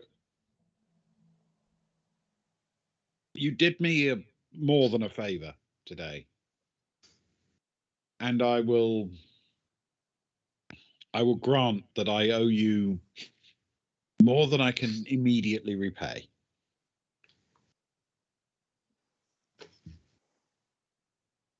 So I will tell you that I was not completely innocent in the matter of the disposal of the body. I did agree to store said body, and because the receptacle was not body shaped, I did have to do some minor alterations. Stefan, if only you were stronger, we could have had those bits. Some landscaping, shall we say. But I didn't kill anyone. And you know what? I don't even think anyone's going to want to accuse me of a crime. And she glances across at Sharp, and Sharp says, "You're right. I don't want anything to do with you. Might push you out an airlock, though." Cards on the table. And this does not seem to please Frost. Agnar says, what happens to a body if you push it out of an airlock at jump? There's a sort of brief moment where Sharp, kind of playing into the thing, says, actually, it's quite interesting. So, I mean, I'm a medic and I've never heard of such a thing. So broadly speaking, as you probably know, because space is a vacuum, if you throw a person into space, they actually die in a warm blanket of comfort, because they can't lose heat in a vacuum very easily. So despite everyone saying space is cold, it's actually really warm as you're dying those few seconds. But the weird thing is, in jump space, when you throw someone out, they don't die in a few seconds because of the jump space corridor. So it actually takes them like an extended period of space time to die, and it can take, well, we don't really know, but 1,000-year-long second of horrible agony, something like that. Oh. It's probably not fun. No, I can imagine. It sort of gets a little bit awkward, realizing the mess he's just walked into. Yeah. And she turns back to Frost and says, as far as I'm concerned, you don't need to exist. You came on board under a false identity. You worked for killers, and nobody cares whether you get off at the other end. So why don't you just help these guys out with whatever they want, and maybe I'll let you live. And there's a brief moment where Frost says, you're not a killer either. And and Sharp says, you're absolutely right. I have people for that. And in that second, you realize that Frost completely believes that Sharp has people for that. And Caves, if you want to know anything that she knows, now is the time. Did she help cut the hole out of the room? Yeah, she took one half of it. Yeah, because we worked out the other week it was a 2-man job and the time was fitted. So someone basically had to mark the point on the inside, and someone else had to cut. Yeah. Why was Alma Kennedy called to go to the end room? What was the point of her even being there? Because the only security on board the ship is League security. So if the video cameras showed a high-profile player, they would tiptoe around rather than go in all guns blazing, because they didn't want the scandal. And since they'd had to really accelerate the attack to the beginning of the thing, they wanted to keep Sharp off their tail. And the easiest way to do it was to have someone that Sharp wouldn't want to implicate on that video. Makes a lot of sense to me. Were the 6 bits of the body in the cases under her bed? No, they were in the case in the wardrobe. Case in the wardrobe, the one that The heavy one. the one that Stefan couldn't pick up. Yep. Yeah.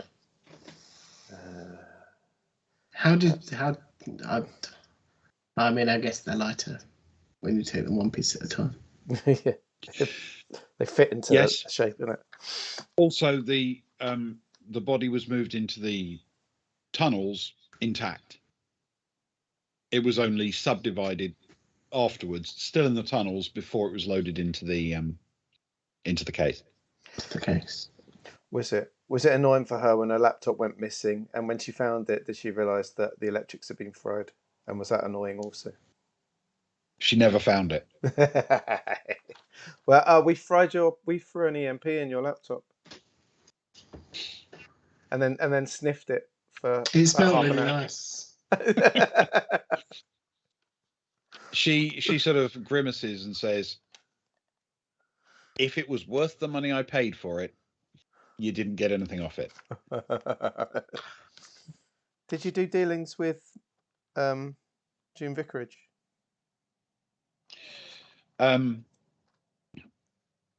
No, not familiar with her.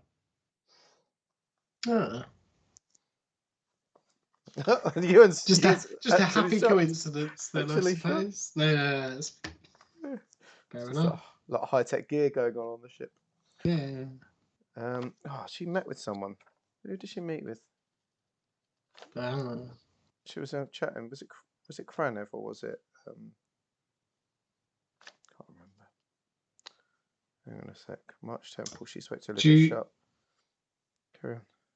Do you know any more about the bigger picture, the reason behind it all? Or were you just paid to do a job? Daxter approached me. He said he needed help to carry out a role.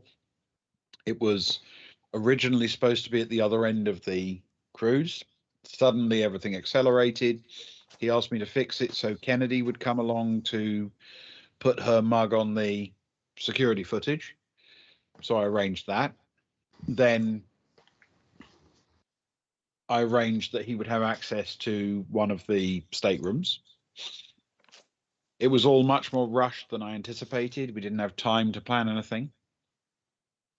Then suddenly, it's not just Kennedy, it's help me dispose of a body. And I had to think on my feet, and I had to move, and then I got stuck in a room while people were trying to break into it, and then they left, and I managed to flee, and then I had to go and hide in a ship, and then I was tending to a dying Daxter who was determined to kill himself rather than get captured, and then you shot me. Kara looks from her to Olivia Sharp and says, I guess despite all this, there's not a thing that's going to happen to that Varga family.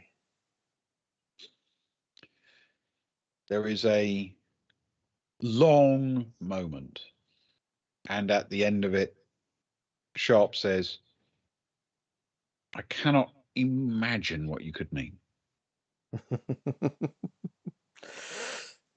It's so unfortunate to see these two renegades break their way onto the ship of a highly thought of family, to blow it up even.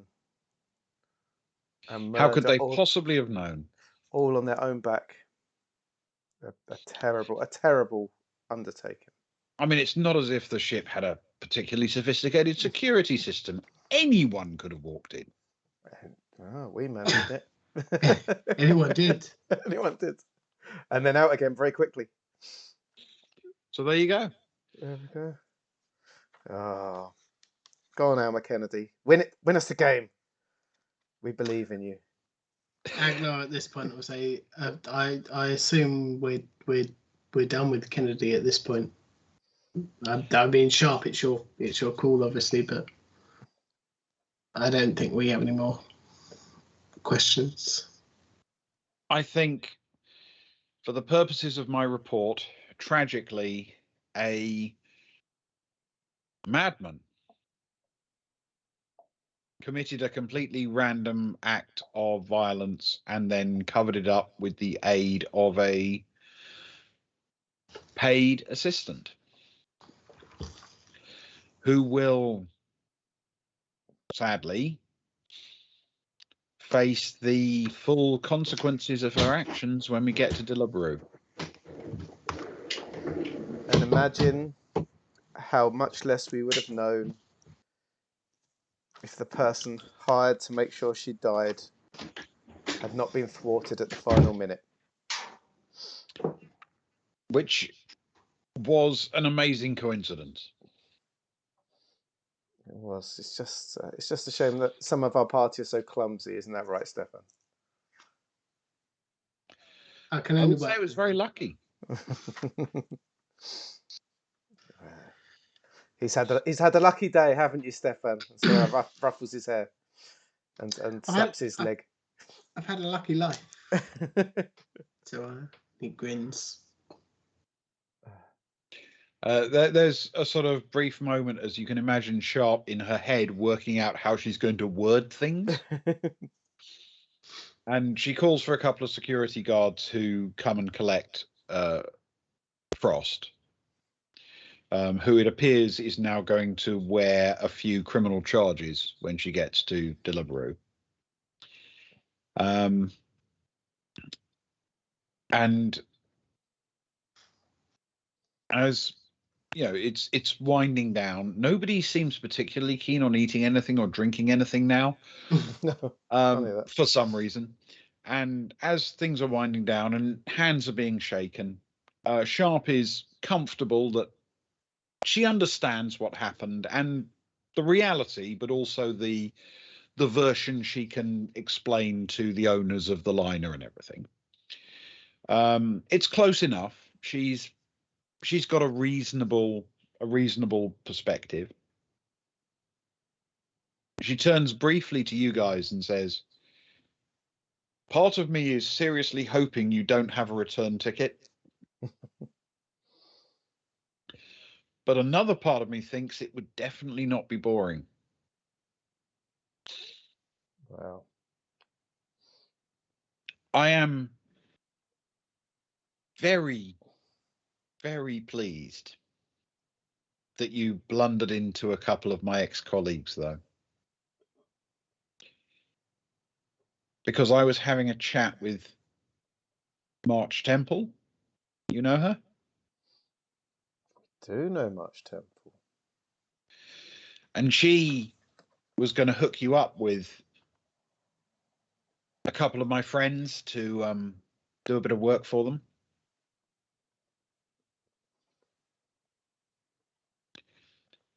Well, those friends were Telon Rack and Amelia Jax. And they've got a thing that might amuse you when you get to Deliveroo. Not dangerous, just interesting. And with any luck, it'll take you longer than it takes us to turn around the planet and refuel. So you'll miss the return trip. Well, we're good at interesting. And we'll miss you while you're doing an orbit, so we'll do everything we can to complete what's interesting. And we'll be back in time for the launch party with mimosas for the way back to Geeketh. You know what? You help them out and make it back on the ship, I'll buy you the first round. Duh. I feel we kind of owe them one after today, that's for sure. But it's a 9-day trip, so all of the other rounds are on you. It's only fair, after all, Ankara slaps Agnar along the shoulder. We do have Daddy Agnar. Agnar will look up at her and just say, "Fishy coffees all round." There's been quite a period of time during which Alma Kennedy has been collecting her things together, and she's watched Frost dragged away by security, and she's heard this interchange between you and Sharp, and she turns to look at the room and she says, "You know, you people are all nuts, right?" Well, if you ever get bored playing buckyball, you can travel the universe with us. she reaches into her pocket and pulls out a little hollow card, basically a 3-dimensional image. It's actually a video image, and hands it to Soraya.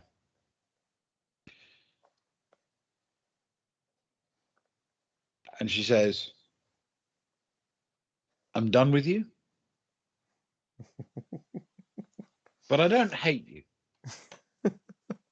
And walks out. And as Soraya looks at it, it's a video card of the team, and it's been signed and sealed by all of the members of the Geeker team. Oh, nice. Soraya's got a little collection going. I love it. You need some of those glass display cabinets for the ship. I don't need to buy some. I've got the current team. I've got the old team with the Von Cotswold guy. Oh, Soraya's made up. What a trip. Very excited. Well, excellent. I guess our work's done here. Let's head back to Duke's. I think the bar's still open. And the gang heads off to Duke's. This time, at least briefly, Freya Kranev will join you. She drinks a bit, and she'll join you for a round or two. And you settle in to have a few drinks, to toast the successful conclusion of a case. And Kranev cheerfully sits there looking back and forth and thinking her survival chances have probably marginally improved. As long as she doesn't take on the role of bartender. And that, I feel, is where we have to call season 1 of The Boys from the Baltic Star. A happy ending. Thank you, Ben. Thank you. Yeah, thank you both very much. Thank you. No, thank you. And thanks to chat and to all the viewers and to all the lurkers and to all the VODers and to all the crew. Yes, everybody has been extremely kind, and we've loved doing this, and we will resume, you understand, in like 10 days' time. We're not going anywhere. Yeah, it won't be long. Just a little break, that's all. It won't be long. It's just a nice excuse for us to sum everything up on Thursday. Is that the plan? Thursday, what was the day? Well, hang on a minute, because isn't Friday Christmas Eve or something? Friday's Christmas Eve, so I don't want to be up too late, because if I'm awake, then Santa won't come. He won't come, will he? Yeah. That's true. The weird thing is, Friday is theoretically possible, but it's Christmas Eve. I vaguely feel that it's unlikely. It's the wrong night for it. I mean, I'm easy. How about you're doing a spooky Sunday tomorrow, Luke? I am. I'm doing a spooky Sunday tomorrow night. That could be the last one for Until Dawn, or the penultimate. It could be. I mean, it's certainly getting that way, isn't it? It is getting that way.